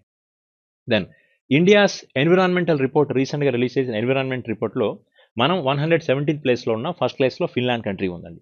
దాంతోపాటు ఈ క్యాండిడేట్స్ గుడ్ గవర్నెంట్ ఇండెక్స్ అండి, good governance index. So good governance ఇండెక్స్లో ఇండియా యొక్క ర్యాంక్ ఎంత అండి అంటే 49th ప్లేస్లో ఉన్నాం. ఫస్ట్ ప్లేస్లో ఫిన్లాండ్ కంట్రీ ఉందండి. And one more, that is United nations conference and trade and development వాళ్ళు రిలీజ్ చేసిన business to business e commerce ఇండెక్స్లో, business to business e commerce రిపోర్ట్లో మనం 71st ప్లేస్లో ఉన్నామండి. దెన్ ఫస్ట్ ప్లేస్లో స్విట్జర్లాండ్ కంట్రీ ఉందన్నమాట. సో ఇవన్నీ ఇండియా యొక్క రీసెంట్ ర్యాంకింగ్స్ అండి. ఆల్మోస్ట్ 2 monthsలో, అంటే ఫ్రమ్ మార్చ్ నుంచి ఇప్పటి వరకు జరిగిన ఇండెక్సెస్లో మన ఇండియా యొక్క ర్యాంకింగ్స్ అనమాట. సో అర్థమైంది కదా, happiness index 139, press freedom 142, gender gap report 140, economic freedom 121, this is environmental report 117, candidates good government index is 49, last one is business to business e commerce India rankings 71 is India ranks. Along with first ప్లేస్లో ఉన్న countries కూడా రాశానండి. So we have to చూసుకోండి, ఒకసారి check చేసి then గుర్తుపెట్టుకోండి, ఓకేనా. సరే, next question చూడండి. రీసెంట్గా United nations conference on trade and డెవలప్మెంట్కి కొత్తగా ఒక పర్సన్ని సెక్రటరీగా అపాయింట్ చేశారండి. సెక్రటరీ జనరల్ కింద అపాయింట్ చేయడం జరిగింది. ఎవరు ఆ పర్సన్? ఎవరిని అపాయింట్ చేశారండి అంటే రెబెకా గ్రైస్పాన్ అనే పర్సన్ అపాయింట్ చేశారు. ఇతను కాస్ట్రీకా అనే కంట్రీకి సంబంధించిన పర్సన్ అండి. కాస్ట్రీకా అనే కంట్రీకి సంబంధించిన రెబెకా గ్రైస్పాన్ అనే పర్సన్ని secretary general of United nations conference and trade and డెవలప్మెంట్కి అపాయింట్ చేయడం జరిగింది. ద కాస్ట్రీకా కంట్రీ క్యాపిటల్ ఏంటంటే దట్ ఈస్ శాన్ జోస్ అనేది దీనికి క్యాపిటల్ అవుతుంది. శాన్ జోస్ అనేది క్యాపిటల్ అవుతుంది. COLON కోలన్ అనేది దీనికి కరెన్సీ కింద చెప్పొచ్చు. అంటానియో గుటెరెస్ తెలిసిందే కదా, యునైటెడ్ నేషన్స్ ఆర్గనైజేషన్ యొక్క సెక్రటరీ. ఇంకొక 5 years పాటు ఇతనే ఉంటారు. దెన్ థామస్ రిచర్డ్సన్, దీని గురించి అంత పెద్ద ఇంపార్టెంట్ ఇన్ఫర్మేషన్ ఏం లేదండి. ఆండ్రో అజోలా అనే పర్సన్ ఎవరండి అంటే యునెస్కో ఉంది కదా, యునెస్కోకి డైరెక్టర్ అవుతారు. United Nations Education Scientific Cultural Organization యొక్క డైరెక్టర్ పేరు ఆండ్రో అజోలే. దెన్ ఇక్కడ శామ్ విల్లింగ్స్ అనే పర్సన్ తరఫున క్రికెటర్ అండి ఇతను. దెన్ హీ వాజ్ ఇంగ్లాండ్ కంట్రీకి సంబంధించిన ఒక క్రికెట్ ప్లేయర్ అని చెప్పొచ్చు శామ్ విల్లింగ్స్ అనేది. నెక్స్ట్ క్వశ్చన్ చూడండి. రీసెంట్గా గ్లోబల్ హోమ్ ప్రైస్ ఇండెక్స్, ఇంతకుముందు కవర్ చేసిన పాయింట్ ఏంటండి. గ్లోబల్ హోమ్ ప్రైస్ ఇండెక్స్లో ఏ కంట్రీ ఫస్ట్ ప్లేస్లో ఉంది? అదే ఏ కంట్రీలో హోమ్ ప్రైజెస్ అనేది బాగా ఫ్లెక్సిబిలిటీగా ఉన్నాయి, పెరుగుతున్నాయని చెప్పొచ్చు. అంటే ప్రైస్ వాల్యూస్ అనేది అక్కడ ఆ దేశంలో ఇంటి ప్రైజెస్ అనేది చాలా ఎక్కువగా ఉన్నాయని చెప్పొచ్చు. హోమ్ ప్రైజెస్ ఇండెక్స్లో టాప్లో ఉన్న కంట్రీ ఏది అంటే ఇంతకుముందు మనం మాట్లాడుకున్నదే టర్కీ కంట్రీ అండి. నైట్ ఫ్రాంక్ అనే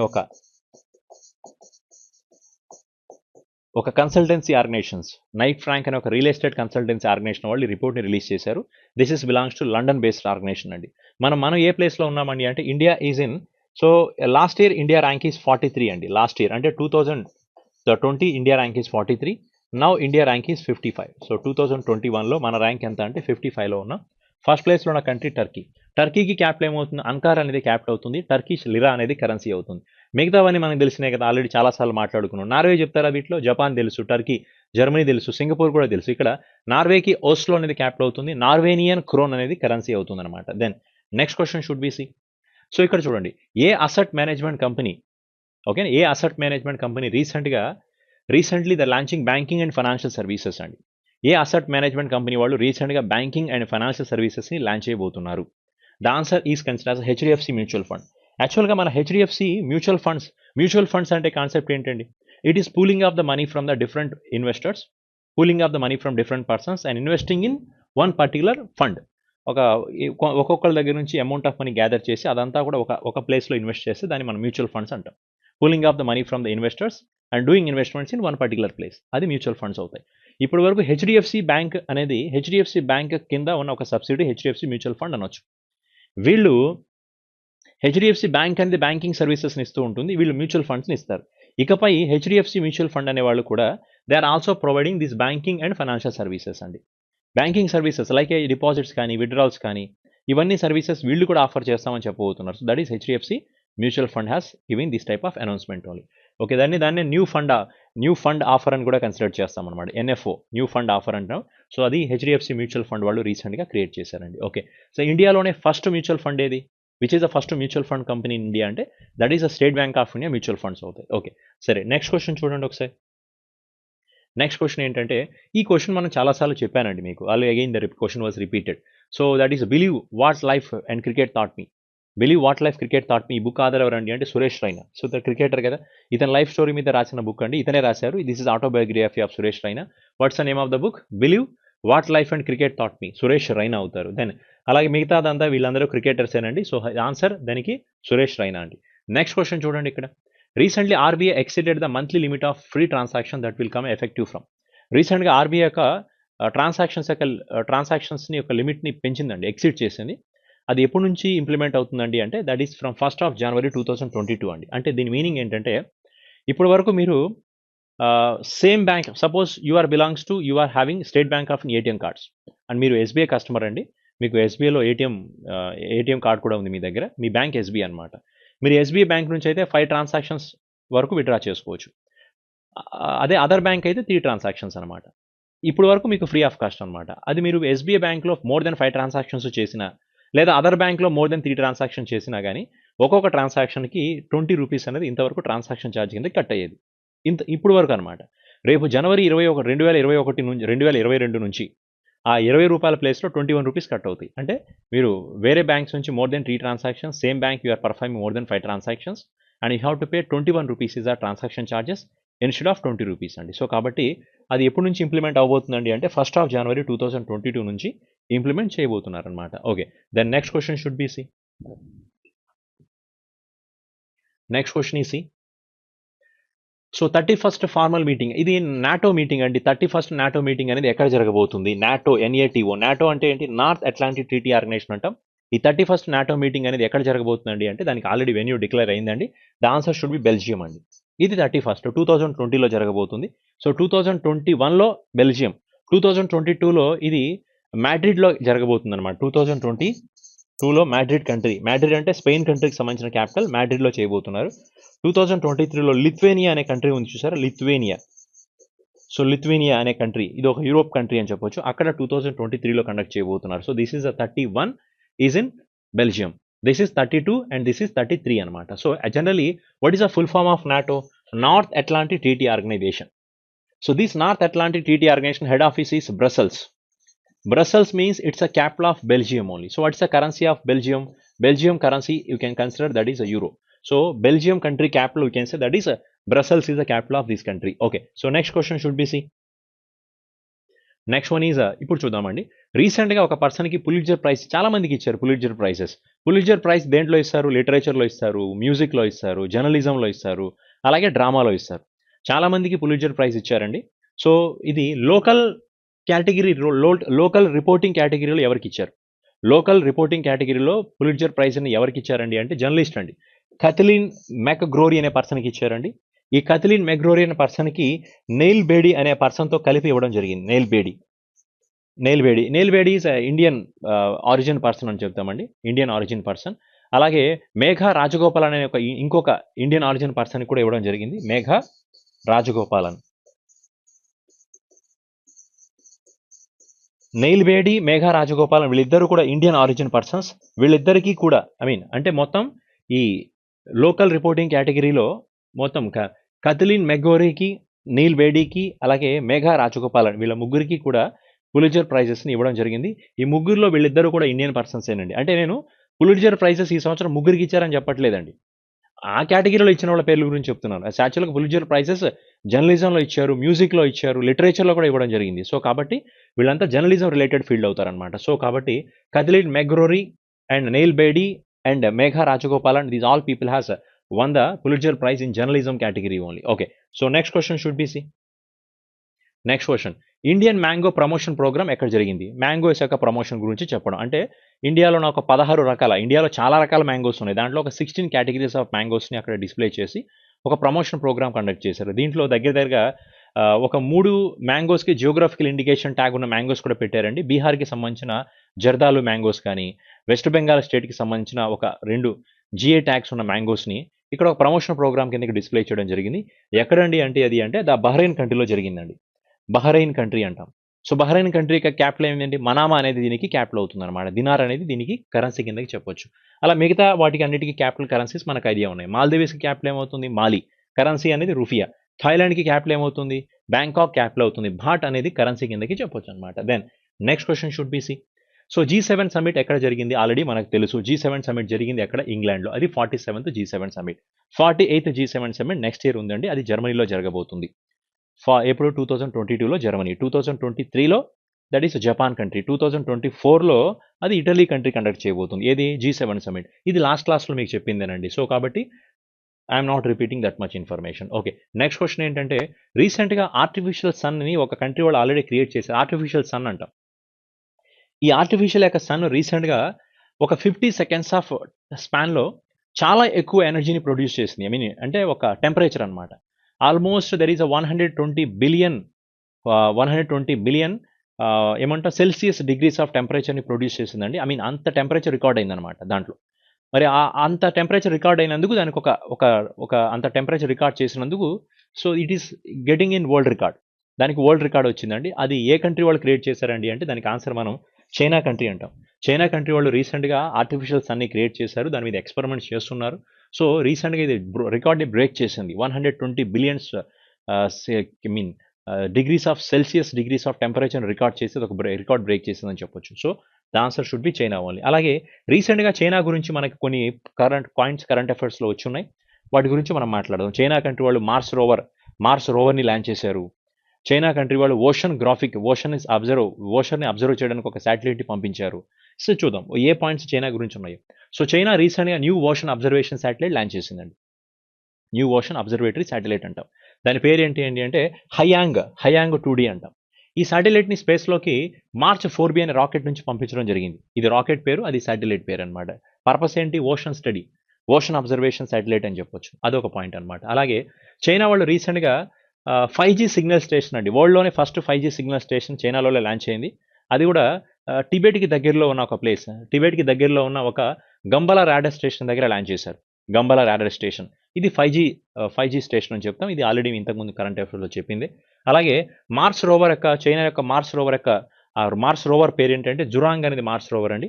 వాళ్ళు ఏ రాకెట్ నుంచి రోవర్ని మార్స్ మీదకి పంపించారండి అంటే ఆ రాకెట్ పేరు టైన్వెన్-1 అనే ఒక రాకెట్ నుంచి స్పేస్లోకి పంపించారు. This is also very important. అలాగే చైనాలో రీసెంట్గా బీజింగ్లో ఇండియన్ కల్చరల్ ఆర్గనైజేషన్ వాళ్ళు, ICCR అంటాం, Indian council of cultural relationships అనే ఒక ఆర్గనైజేషన్ వాళ్ళు ఒక యాప్ని ఆ ఆర్గనైజేషన్ యొక్క ఫౌండేషన్ డే రోజున చైనాలో ఆ బీజింగ్ అనే ప్లేస్లో లిటిల్ గురు అనే ఒక అప్లికేషన్ లాంచ్ చేశారు. లిటిల్ గురు.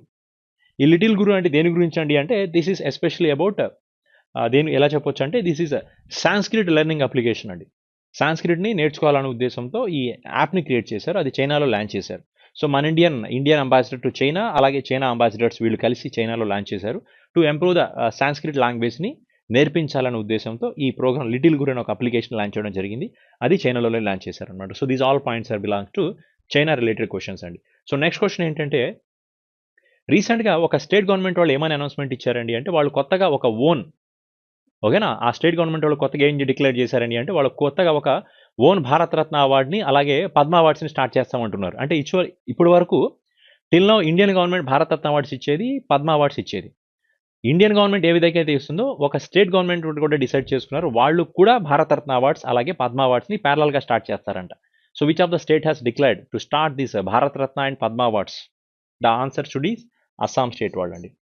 సో రీసెంట్గా అస్సాం స్టేట్లోనే ఇండియాలోనే ఫస్ట్ ఫ్లడ్ వార్నింగ్ సిస్టమ్ని క్రియేట్ చేసిన అస్సాం స్టేట్లోనే స్టార్ట్ చేశారండి. Flood warning and information management system అనొచ్చు. Advance flood warning information management system అది అస్సాంలోనే స్టార్ట్ చేశారు. రోమనియా అనే ఒక నేషనల్ పార్క్ని 6th నేషనల్ పార్క్ కిందకి రీసెంట్గా అస్సాంలోనే డిక్లేర్ చేయడం జరిగింది. అండ్ మీకు క్వశ్చన్ అండి, ఏంటది అంటే అస్సాంలో రీసెంట్గా 7th నేషనల్ పార్క్ని కూడా డిక్లేర్ చేశారు. సో ఇప్పుడు నేను చెప్పింది ఏంటి, లాస్ట్ క్లాస్లో మీకు 6th నేషనల్ పార్క్ చెప్పాను. రోమనియా అనే ఒక నేషనల్ పార్క్ని రోమనియా అనే ఒక రిజర్వ్ని 6th నేషనల్ పార్క్ కింద డిక్లేర్ చేశారు. అలాగే అస్సాం స్టేట్కి ఒక 7th నేషనల్ పార్క్ కూడా డిక్లేర్ అయింది. అస్సాం వ్యాలీ ఏదైతే ఒక వ్యాలీ ఉందో దాన్ని ఒక 7th నేషనల్ పార్క్ కింద డిక్లేర్ చేశారు. So you have to give the answer for this one, which is the 7th national park in Assam. Remaining అన్ని నేషనల్ పార్క్స్ మీకు తెలిసినవే. దిబ్రూ సైఖోవా నేషనల్ పార్క్ కానీ, మానస్ నేషనల్ పార్క్ కానీ, కాజిరంగా నేషనల్ పార్క్ కానీ, ఇవన్నీ మనం అలాగే ఓరంగ్ నేషనల్ పార్క్ కానీ, నమేరి నేషనల్ పార్క్, ఇవి 5 ఆల్రెడీ ఉన్నాయి. ఇప్పుడు 6th రోమనియా నేషనల్ పార్క్, ఇప్పుడు 7th మీరు చెప్పాలన్నమాట. సో అస్సాం దీనికి సపరేట్ భారతరత్న పద్మ అవార్డ్స్ని స్టార్ట్ చేసిన స్టేట్ ఏది అంటే అస్సాం స్టేట్ అవుతుంది. Next question should be see. And రీసెంట్గా ఒక పర్సన్కి పెట్రిక్ హెచ్ హార్డ్ సస్టైనబిలిటీ అవార్డుని ఇచ్చారు. ఎందుకు ఇచ్చారండి అంటే ఆ పర్సన్ ఏం చేశారండి అంటే అతను ఇండియా యుఎస్ స్టూడెంట్ అని చెప్పొచ్చు. అతను ఒక స్టూడెంట్ అండి. ఈ పర్సన్కి ఈ Richard H what is an award name, that is Patrick H Hurd sustainability అవార్డుని ఇవ్వడం జరిగింది. దేనికోసం అండి అంటే అండ్ దిస్ ఈజ్ విచువల్ reservation international science and engineering fair జరిగింది. దాంట్లో ఈ ప్యాట్రిక్ హెచ్ హార్డ్ అనే అవార్డుని ఒక పర్సన్ ఇండియన్ ఆరిజిన్ పర్సన్కి ఇవ్వడం జరిగిందండి. అతని పేరేంటండి అంటే అతని పేరు దట్ ఈస్ సోహి సంజయ్ పటేల్కి ఇచ్చారు. ఎందుకు ఇచ్చారండి అంటే అతను ఒక ఆల్టర్నేటివ్ ఫోమ్ని క్రియేట్ చేశాడు. ఒక ఫోమ్ అంటాం. ఏంటండి ఫోమ్ అంటే జనరల్గా 1984లో జరిగిన ఛత్తీస్గఢ్లో జరిగిన ఒక భోపాల్ గ్రాస్ ట్రాజడీ ఉంది తెలుసుగా, గుర్తుంది కదా, మధ్యప్రదేశ్లో జరిగింది. దాంట్లో నుంచి ఒక మిథైల్ ఐసోసైనైడ్ రిలీజ్ అయ్యి చాలామంది చనిపోయారు. సో ఇప్పుడు అతను ఆ ఇన్సిడెంట్ని చూసి దాన్ని ఇన్స్పైర్ అవుతూ అటువంటి జరగకుండా ఉద్దేశంతో ఒక ఫోమ్ని క్రియేట్ చేశాడండి. ఆ ఫోమ్ అనేది కోటింగ్ ఉండడం వల్ల ఆ ఐసోసైనైడ్ గ్యాసెస్ బయటికి రాకుండా ఎటువంటి ప్రాబ్లం లేకుండా ఎవరికి ఏం కాదు ఆ ఉద్దేశంతో ఆ ఫోమ్ని క్రియేట్ చేశారు. అందుకు ఆ పర్సన్కి పెట్రిక్ హెచ్ హార్డ్ సస్టైనబిలిటీ అవార్డుని ఇవ్వడం జరిగిందనమాట. సో అతను ఇండియన్ ఆరిజిన్ పర్సన్ అండి. సోహి సంజయ్ పటేల్ అనే పర్సన్ పేరు అనమాట. ఇండియన్ ఆరిజిన్ స్టూడెంట్ అనమాట. He studying in US country. Next question చూడండి, ఈ బుక్ చూడండి అమ్మా. Skill it and kill it అనే బుక్ని ఎవరు రాశారు? Skill it and kill it book author is who? The person is Ronnie Screwvala అనే పర్సన్ అండి. ఇతను ఒక ఇండియన్ ప్రొడ్యూసర్, మూవీ ప్రొడ్యూసర్ అనమాట. అతను రాసిన బుక్ ఇది. కరణ్ జోహర్ రాసిన బుక్స్ చాలా ఉన్నాయి. Big thoughts of little love book Karan Johar రాశారు. అన్సూటబుల్ బుక్ అనే బుక్ని కూడా రాసింది ఎవరండి అంటే కరణ్ జోహర్ అండి. ఇంద్రనోయి మై లైఫ్ ఇన్ ఫుల్ అనే బుక్ని ఇంద్రనోయి రీసెంట్గా రాయడం జరిగిందనమాట. సో ఓకేనా, that is a very famous person. Ronnie స్కెర్వాలా has launched the book or wrote the book Skill It and Kill It book only. Okay, next question should be see. Next one is who has named as a to lead the UN bureaucracy for a year? ఎవరిని UN bureaucracy అంటే ఇక్కడ ఉండడం అంత civil సర్వెంట్స్ ఉంటారండి. Bureaucracies అంటే there are the lot of civil servants involving they are taking the different decisions అనమాట. ఒక ప్రాపర్గా మెయింటెనెన్స్ చేయడం కోసం, ఒక అడ్మినిస్ట్రేషన్ యాక్టివిటీస్ కోసం కొంతమంది సివిల్ సర్వెంట్స్ ఉండేదాన్ని బ్యూరోక్రసీ అంటాం. కానీ వీళ్ళంతా సివిల్ సర్వెంట్స్ అండి. వీళ్ళలో ఎవరు ఎలక్షన్స్ ఎన్నికైన పర్సన్స్ బ్యూరోక్రసీలో ఉండరు. అలాంటి యుఎన్ బ్యూరోక్రసీకి ఒక ఇండియన్ పర్సన్ని హెడ్గా అపాయింట్ చేయడం జరిగింది. అతను ఇంకొక 1 year పాటు కొనసాగుతారనమాట. ఎవరండి అతను అంటే అతని పేరు నాగరాజ నాయుడు. ఇతను ఒక ఐఎఫ్ఎస్ ఆఫీసర్ అండి. అతన్ని ఇంకొక 1 year పాటు యుఎన్ బ్యూరోక్రసీకి హెడ్గా అపాయింట్ చేయడం జరుగుతుంది అనమాట. ఓకేనా, గుర్తుపెట్టుకోండి, యుఎన్ బ్యూరోక్రసీలో ఎటువంటి ఎలక్షన్స్ గెలిగిన పర్సన్స్ ఉండరండి. వీళ్ళంతా అడ్మినిస్ట్రేషన్ హ్యాండిల్ చేయడం కోసం సివిల్ సర్వెంట్స్ దీంట్లో ఉంటారండి. నెక్స్ట్ క్వశ్చన్ చూడండి. How much amount has been allocated by the Jal Shakti Minister under Swachh Bharat Mission Phase 2 towards the solid and liquid management to support over the 2 lakhs villages in the current financial year. So ఇండియాలో ఒక 2 లక్షల విలేజెస్లో ఈ solid and liquid waste management ప్రాపర్గా చేయాలనే ఉద్దేశంతో Swachh Bharat programme Phase 2 కింద ఎంత అమౌంట్ ఆఫ్ మనీని ఇవ్వడం జరిగిందండి అంటే the answer 40,700 crores amount of money మన మినిస్ట్రీ ఆఫ్ జలశక్తి అనౌన్స్మెంట్ ఇవ్వడం పాస్ చేశారండి. సో గుర్తుంటుంది కదా, ఎంత అమౌంట్ అండి? 40,700 crores అమౌంట్ ఆఫ్ మనీని ఇవ్వడం జరిగింది. ఓకే, సరే నెక్స్ట్ క్వశ్చన్ చూడండి. నెక్స్ట్ వన్ ఏంటంటే wear will be the United nations global sustainability transport conference అనేది రీసెంట్గా ఎక్కడ జరిగింది? It is one of the sustainability development goal అని చెప్పొచ్చు. To boost up the transportation sector, to create the value for the transportation, ఈ conference రీసెంట్గా చేశారండి. ఎక్కడండి అంటే దానికి ఆన్సర్ మనం చైనా కంట్రీలోనే జరిగిందండి. సో అర్థమైంది కదా, this is sustainable transport conference ఎక్కడ? చైనా కంట్రీలో జరిగింది. Okay, so let's see the last but one question ఏంటది అంటే, అండ్ చూడండి question, which has become the first country to make the bitcoin as a legal tender. Bitcoin అనేది ఒక digital currency. ఇది చాలా మంది వినే ఉంటారు ఈ పేరు, బిట్ కాయిన్ అని బాగా ట్రెండింగ్లో ఉన్న టాపిక్ అనమాట బిట్ కాయిన్స్ అనేది. సో డిజిటల్ కరెన్సీ అంటే it's one of the software. ఇదేదో కాయిన్లు ఉంటాయని కాదు, ఇది ఒక సాఫ్ట్వేర్ అంతే. ఈ ప్రోగ్రామ్ 2012 ఆ టైం నుంచి బాగా జరుగుతుంది. ఇప్పుడు ఈ మధ్యకాలంలో బాగా ఫేమస్ అయింది. సో జనరల్గా చాలా కంట్రీస్ బిట్ కాయిన్స్ని, డిజిటల్ కరెన్సీస్ని మీద పర్మిషన్స్ ఇవ్వట్లేదు, రెగ్యులేట్ చేయట్లేదు అనమాట. ఇప్పుడు మన ఇండియాలో ఆర్బీఐ కూడా డిజిటల్ కరెన్సీస్ని బ్యాన్ చేస్తుంది. సో డిజిటల్ కరెన్సీలు ఇన్వెస్ట్ చేసి మీ డబ్బు పోతే ఆర్బీఐకి ఎటువంటి సంబంధం లేదు. కానీ ఒక కంట్రీ ఆ డిజిటల్ కరెన్సీని లీగల్గా చేసిందండి. ఏ కంట్రీ రీసెంట్గా బిట్ కాయిన్ని లీగల్గా అనౌన్స్మెంట్ ఇచ్చిందండి అంటే ఆ కంట్రీ ఎల్ సాల్వడార్ అనే దేశం అనమాట. El Salvador country has recently declared this one. El Salvador country capital is San Salvador అనేది దీనికి క్యాపిటల్ అవుతుంది. San Salvador is the capital of this one. So what is the currency of this one? That is US dollar అనేది దీనికి currency కిందకి చెప్పొచ్చు అనమాట. ఓకేనా, so Hungary country యొక్క క్యాపిటల్ ఏంటి? బుడాపెస్ట్ అనేది క్యాపిటల్. ఫరింట్ అనేది దీనికి కరెన్సీ అవుతుంది. దీనికి కరెన్సీ అనమాట. జర్మనీ, నైజీరియా, స్పెయిన్ ఇవన్నీ ఆల్రెడీ మనం చాలాసార్లు చెప్పిందేనండి.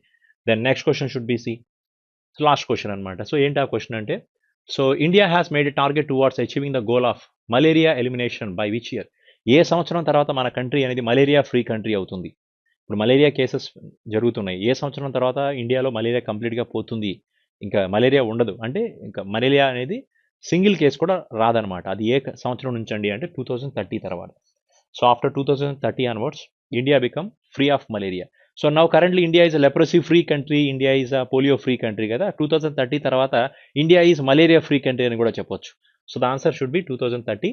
So recently this is a statement has given అండి. So this is a part 2 of June month current affairs and this June month lo una current affairs, I mean part 2. So next class we'll discuss the part 3 current affairs of June. Okay, so thank you very much.